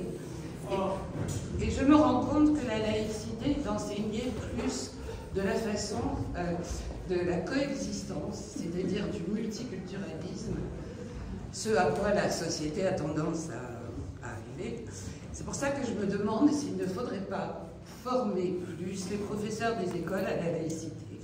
Même si, dans toutes les écoles, il y a la charte de la laïcité, d'accord, mais ils l'enseignent plus de la façon de l'ancien observatoire de la laïcité, hein, vous voyez ce que je veux dire, que la laïcité normale. Merci. Bon, votre question est très importante. aujourd'hui, il faut dire les choses. Le corps enseignant est désarmé.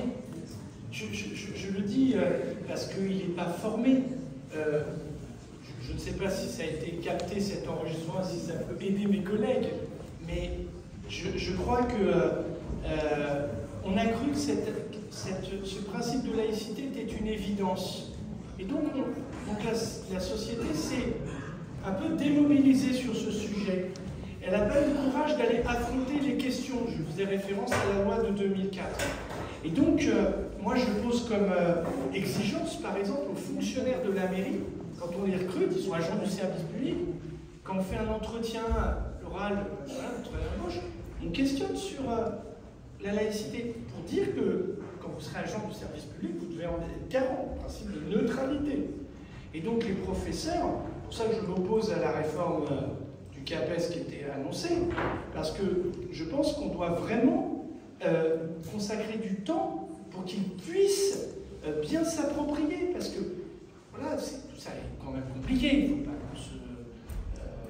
qu'on se dise les choses. Et aujourd'hui, c'est une des faiblesses de l'institution scolaire.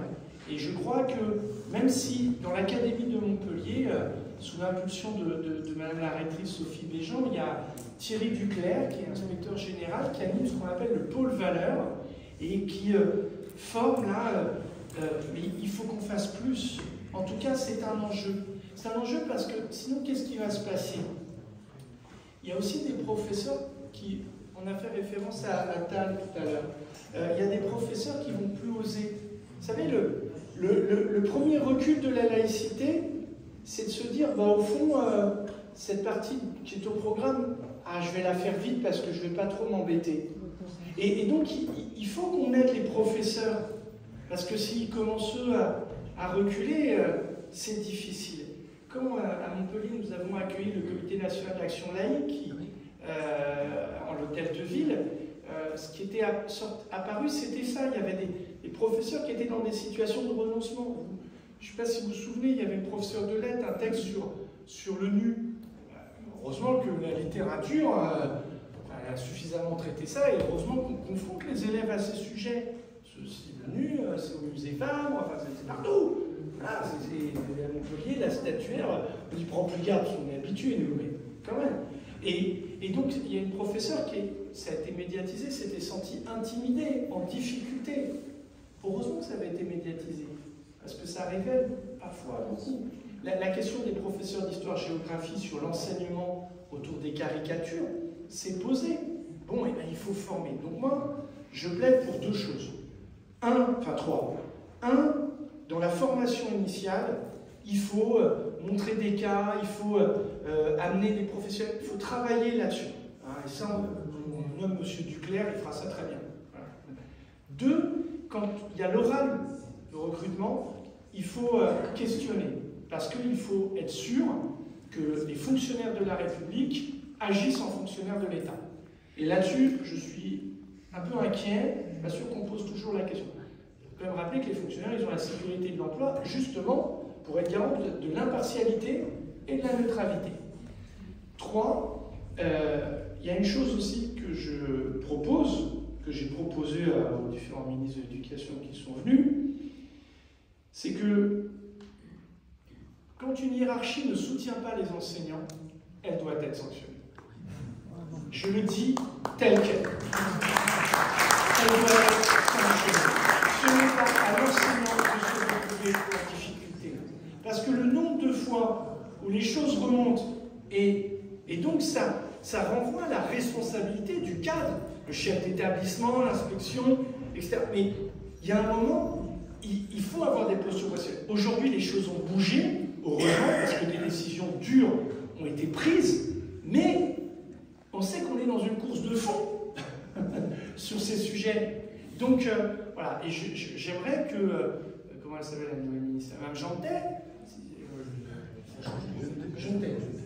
voilà, elle pourrait tout à fait prendre une disposition. Je vais vous raconter, je crois que je n'ai jamais raconté ça. Le jour où j'étais jeune professeur, ça va me faire du bien de le dire. Le jour où j'étais jeune professeur, moi j'ai commencé ma carrière à la rentrée en septembre 2000.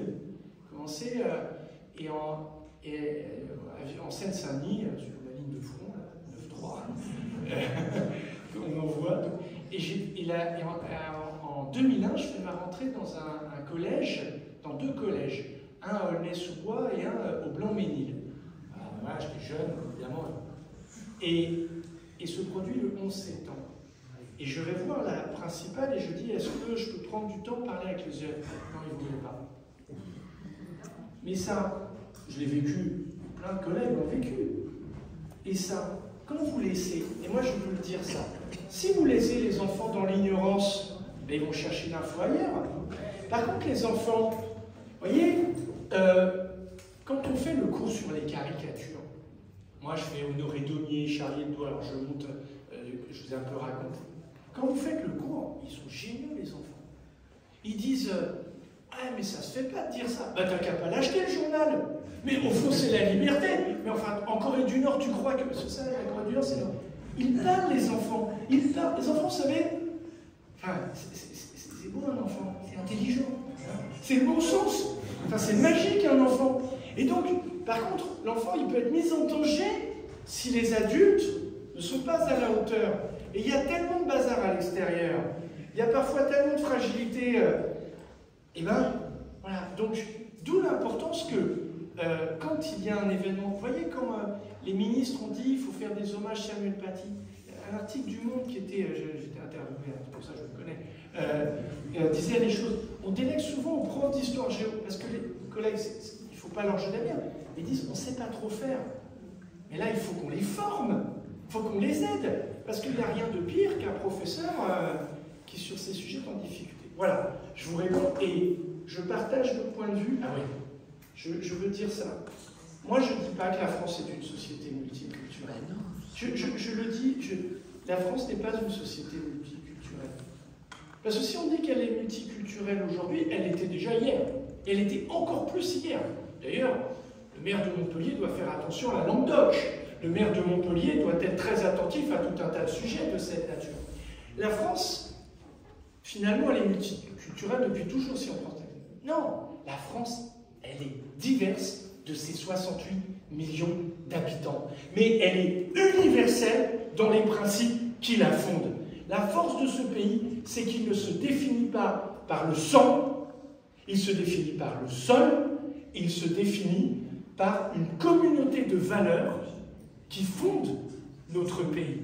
Et donc la France, elle est diverse, mais elle est universelle.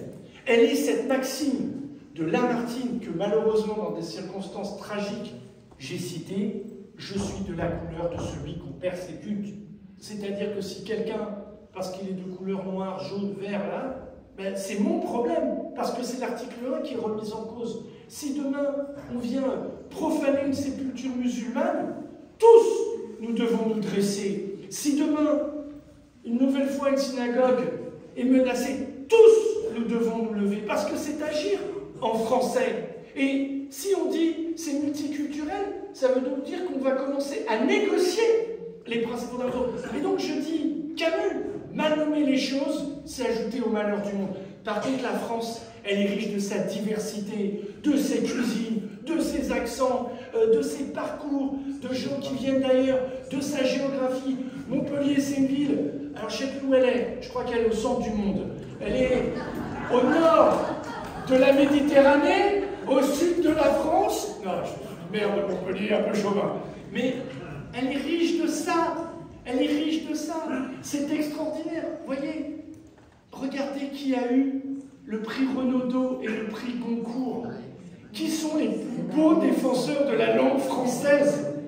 Gaël Faye qui a survécu au génocide rwandais et Kamel Daoud qui vient de cette Algérie que tant de gens aiment ici et ont des liens, soit parce qu'ils ont dû la quitter de force, soit parce qu'ils sont venus ici parce qu'ils fondaient un projet de vie.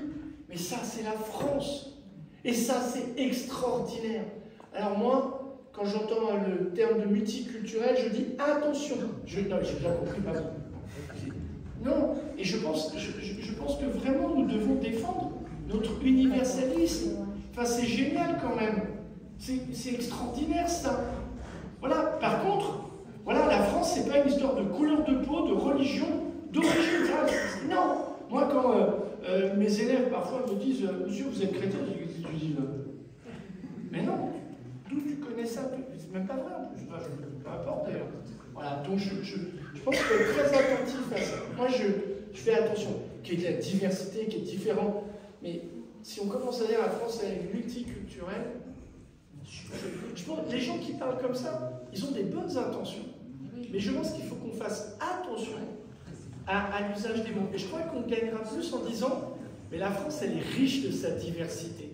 Parce qu'au fond, c'est ça. La République, la France, c'est un grand creuset. On brasse, on se rencontre, on s'apporte. Voilà, la langue française en est d'ailleurs une très belle illustration. Oui, le multiculturalisme anglo-saxon, peut-être que ça renvoie inévitablement à cela. C'était le débat de la présidentielle en 2007. Nicolas Sarkozy prônait le multiculturalisme. Avec l'affirmative action, Ségolène Royal affirmait le système français, appuyé sur le système français républicain. On va prendre une deuxième question. J'en profite pour remercier tous les médias qui ont annoncé cet événement. Midi Libre, la Gazette de Montpellier, Métropolitain, Actualité Juive, Radio Aviva et RCF. Il y avait un doigt au fond aussi. Au fond. Oui, bonsoir. Vous avez parlé dans votre discours de vivre ensemble. Or, actuellement, hélas, on s'aperçoit que nous sommes incapables de vivre ensemble. Il suffit de tourner les yeux vers ce qui se passe à la Palestine. On est incapable de vivre et on ne veut pas vivre ensemble. Alors, en tant qu'homme politique, j'ai une proposition à vous faire, mais sérieusement, aujourd'hui, on a vu le jour quand même historique. Il y a l'autre zouave américain qui revient au pouvoir. Bon, je pense que la réflexion serait, au niveau homme politique que vous êtes, de poser, suite à la loi de 1905, un principe de base, avec travailler avec l'éducation nationale, un principe de base d'enseigner la laïcité à l'école, d'en faire une matière qui est des enseignants de laïcité. Et ça, c'est pas une utopie. Pourquoi? Parce que vous avez parlé que dans les enseignants on peut, etc. Mais parce qu'ils ne sont pas protégés, parce qu'il n'y a pas la matière de laïcité posée comme principe de la loi de 1905. Il faut que politiquement, on fasse un progrès là-dessus. Je vous le propose, je suis prêt même à vous aider dans ce sens. On prend la deuxième question. On prend 2-3 questions peut-être et je répondrai. Bonjour camarade. Ça va? Bon. Je suis d'accord avec toi sur le principe. Il est vrai que la France est un pays riche, des valeurs culturelles différentes. Mais les choses s'aggravent. On se connaît depuis des années, ça va te rappeler. Moi, je suis pompé à la base. J'ai vécu quelques années sur Marseille, où je travaillais, et je vous dirais que je trouve les choses très inquiétantes au point de vue des communautés. Parce qu'il est vrai que la France est riche par ses valeurs différentes, ses origines et tout ça. Mais ce qui se passe en ce moment, quand même à Montpellier, c'est le cas aussi, c'est que, et pour vous donner un exemple, je vais préciser, alors, ce que je remarque, je suis dans les rues, j'ai vu Marseille, je suis dans Montpellier, ce qu'on remarque de plus en plus, c'est que le fanatisme de l'intégrisme musulman, d'ailleurs, je suis venu en France il y a 30 ans, Michael m'a connu cette époque-là, à cause de l'intégrisme de mon pays en Algérie. Et le problème qui s'aggrave de plus en plus, c'est que maintenant, c'est devenu un fanatisme profond. Et heureusement encore qu'on remarque certaines choses, certaines réactions du côté des pouvoirs civiques, parfois. Et je vais donner des exemples pour illustrer. Alors, à Montpellier, ça change de la laïcité, mais à Montpellier, il y a des quartiers catastrophiques. Dans les mentalités, on pense avant tout religion, voile. Il y a un problème depuis quelques années, quand les problèmes de voile sont apparus en France, il y a 20 ans de cela, 25 ans de cela, la gauche, une partie de la gauche était au pouvoir, et le centre de gauche. C'est la vraie chose. Je vais poser la question.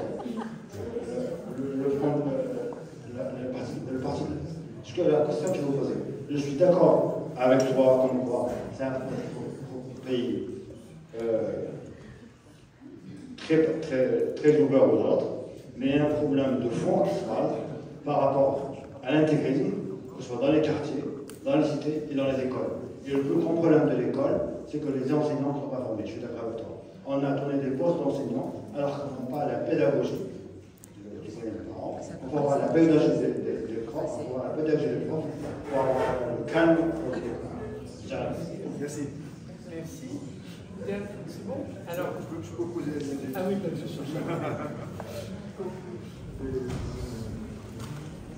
Donc ça rejoint une partie des questions qui ont été énoncées. D'abord, merci infiniment pour cette conférence merveilleuse, très intéressante et très documentée, et je crois que ça nous a fait beaucoup de bien à tous.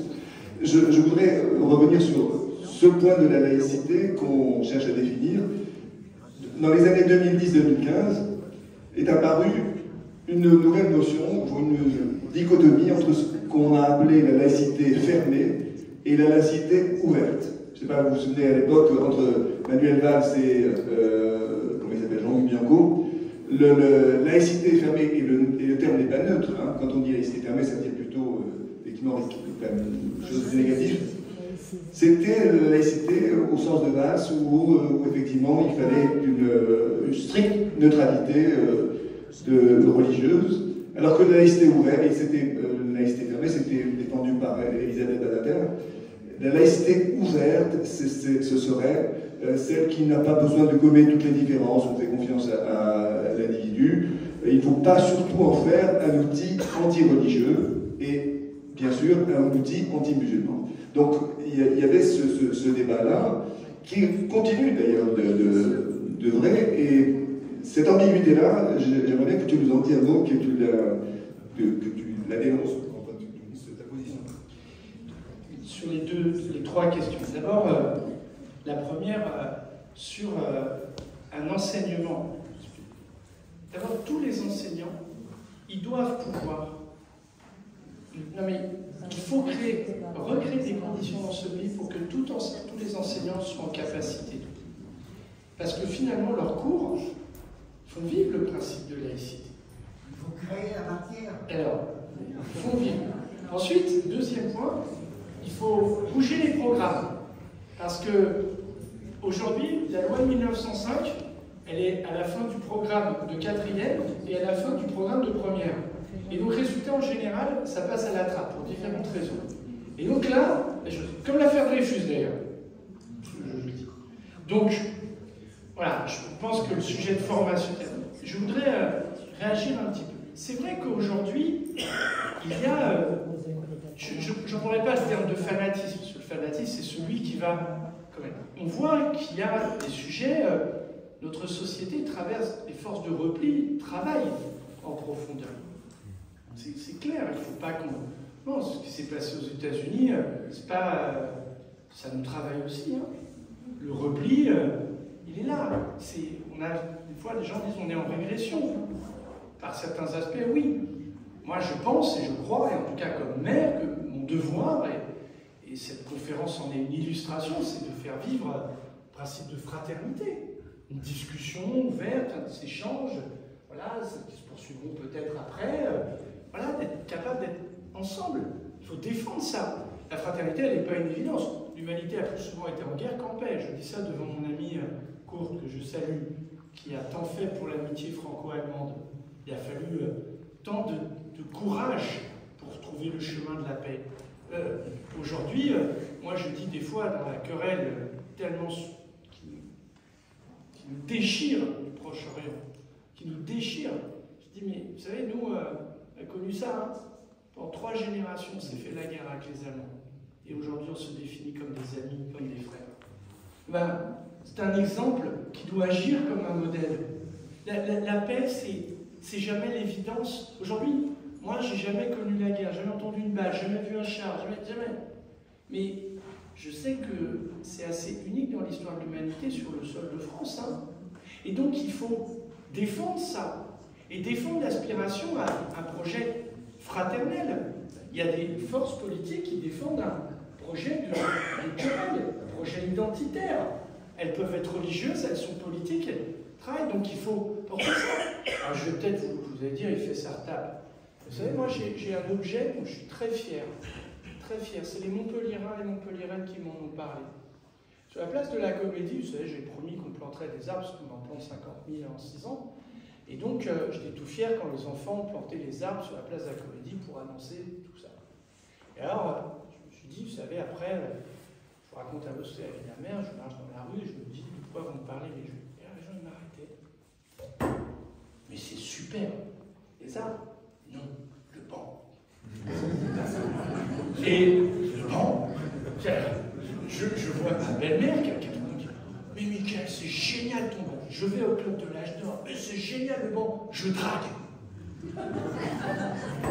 Et un jour, je suis toujours habillé en costume, rare que je sois en civil, et je m'assois à 17h un samedi sur le banc. Bon, alors, évidemment, tout le monde est venu, c'était génial, mais il y avait des jeunes qui s'embrassaient, il y avait des personnes âgées qui faisaient la causette, et il y avait des personnes âgées qui sympathisaient avec d'autres jeunes. Et l'espace public peut être un projet de fraternité. Quand nous faisons le concert de l'orchestre de Montpellier, de l'Europe au crayon, on essaye tous, vous-même, je vois tellement de visages de gens qui font tellement de choses pour cette ville, mille merci, vous faites des projets de fraternité. Et nous, il faut qu'on défende ça. C'est le jour où on interdira l'Institut Maïmonide, c'est le jour où on empêchera Cinémètre de se lire, le jour où on arrêtera Montpellier, ce jour où... Donc il faut qu'on porte ça. Et les forces de repli, il faut les vaincre. Et il faut les vaincre par un projet de fraternité. Il faut qu'on continue à porter ça. Moi, je vois bien. Je fais l'objet d'une campagne abjecte. Bon, c'est comme ça. Voilà, j'ai la peau dure, vous savez. Tu le sais d'ailleurs, Tofik. Mais pour moi, dans tous les quartiers de Montpellier, je le vois. J'étais encore là dans le quartier de la Mosson, à Saint-Paul, ça, il y a des problèmes, la drogue et tout. Et je voyais encore une dame qui venait, sa petite carte, elle dit, monsieur le maire, comment je peux aller à une association pour essayer d'aider les jeunes? Elle était là, elle me dit, comment faire fraternité? Vous savez, on a eu Edgar Morin à Montpellier. Et il disait, notre rôle à nous tous, chacun à notre place, moi je suis le maire, d'accord, voilà, c'est de créer un oasis de fraternité. Un oasis, c'est quoi? C'est dans un désert, mais d'un seul coup, il y a de l'eau, on cultive, on essaye. Eh bien, il faut qu'on porte ça. Elle n'est jamais évidente, la fraternité. Elle est un engagement, elle est un combat. Je n'aime pas la référence martiale, mais elle est un engagement. Et il y a plein de choses qui le font. Parce qu'elle dit, on peut essayer de s'adresser à l'intelligence des gens. Alors, je vous dis ça, j'ai mes doutes aussi. Parce que je vois bien les ravages des réseaux sociaux, je vois bien les forces, je le vois. Mais quelle est la réponse? Elle ne peut pas être autre que celle que je suis en train de vous faire. Parce que le projet républicain, la France, c'est un pays qui prône la fraternité. Donc voilà, il faut qu'on explique. D'ailleurs, la fraternité, les tensions identitaires, les replis communautaires, sur quel terreau prospèrent-ils? L'absence de vie associative, l'absence de services publics. Et quand à la Mosson, nous engageons la très grande rénovation du quartier, la piscine, le sport, la culture, on essaye de mobiliser tout le monde. Et justement, on essaye de... Et on sent que les gens, on est en train de les entraîner. Alors, ils ont leur critique, parce que les travaux finissent pas longtemps. Voilà. Mais, voilà. Donc, moi, je crois à ça. Et alors, ça m'amène, Charles, au débat auquel je ne sais pas répondre. Fermée, ouverte, la laïcité? Non, la laïcité, rien que la laïcité. Toute la laïcité. La laïcité...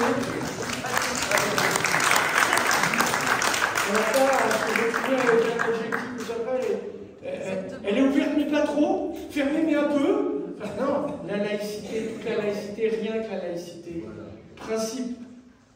Principe de notre pays qui garantit la concorde, qui émancipe, qui, si je me regarde, parfois je m'inquiète, ce que vous avez dit parfois, mais quand je me compare, mais quelle liberté nous donne ce principe dans ce pays.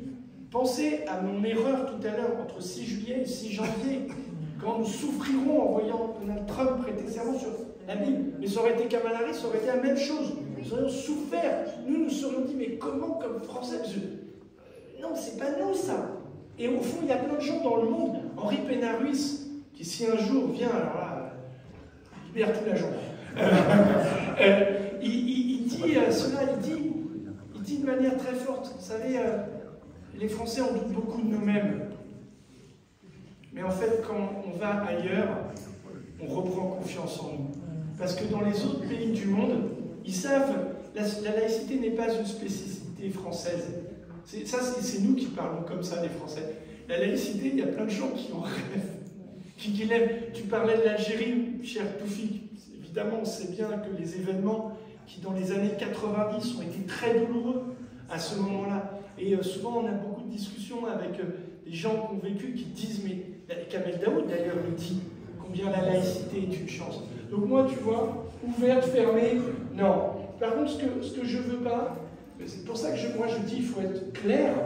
C'est-à-dire qu'il y a des gens qui disent, moi je ne suis pas contre les religions, ça va pas, non. Mais il faut être clair, il faut dire les choses. Vous voyez, je vais prendre un exemple. Un jour, par l'anecdote, il y a une dame, elle est agent à la mairie, bonjour, voilà, et elle me dit, ah mais vous m'avez vu, j'étais un jour dans la rue, mais comme je suis au travail, je ne porte pas le voile parce que j'ai l'obligation de neutralité. Et bien cette dame, elle disait mieux la laïcité que personne d'autre. Et elle a dit comme ça, elle était toute contente de le croiser. Ah, et moi, je vous raconte ça, je pense aussi qu'il faut qu'on montre ce que la ville et notre pays fait de bien et veut de bien. Parce que les forces qui veulent être identitaires, il y a des gens qui disent, les quartiers là-bas, c'est les musulmans. Mais c'est pas comme ça qu'on parle en France. Au Royaume-Uni, dans une société multiculturelle, on parle comme ça. Résultat, tout le monde semble d'accord pour changer de trajet pour les citoyens britanniques de confession juive. Alors moi, ça, jamais. Et là, en France, jamais, parce que c'est contre le principe républicain et au fond contre nous-mêmes. Non mais, et là-bas, ça semble être une évidence pour les gens de la communauté juive et une joie pour d'autres. On est chez les fous. Enfin, c'est pas nous, ça. Donc nous, il faut qu'on continue à défendre un projet universaliste. Et puis, finalement, merci de m'avoir, peut-être pour les 35 ans de Maïmonide, je ne sais pas si je serai maire, je viendrai avec plaisir, parce que je crois que la valeur de fraternité, elle est aussi un très beau concept que nous devons décliner. Et plus on en parle, plus on lutte contre ceux qui ont la tentation du repli identitaire ou de voir opposer les uns et les autres. Voilà, Jean Jaurès, qu'à Montpellier nous célébrons tous les ans le 31 juillet, disait « Il n'y a qu'une seule race, l'humanité ». Et moi, j'ai un projet, c'est une grande utopie, mais comme disait Hugo, l'utopie c'est la réalité de demain, c'est la fraternité universelle. Nous l'avons fait avec nos amis allemands en nous promettant de ne plus jamais nous faire la guerre. Nous avons fait l'Union européenne qui garantit la paix sur ce continent qui a été le plus conflictuel dans l'histoire humaine de ces 2 derniers millénaires. Eh bien, nous devons porter la fraternité, et pour garantir la fraternité en France, on a besoin de la laïcité. Je vous remercie.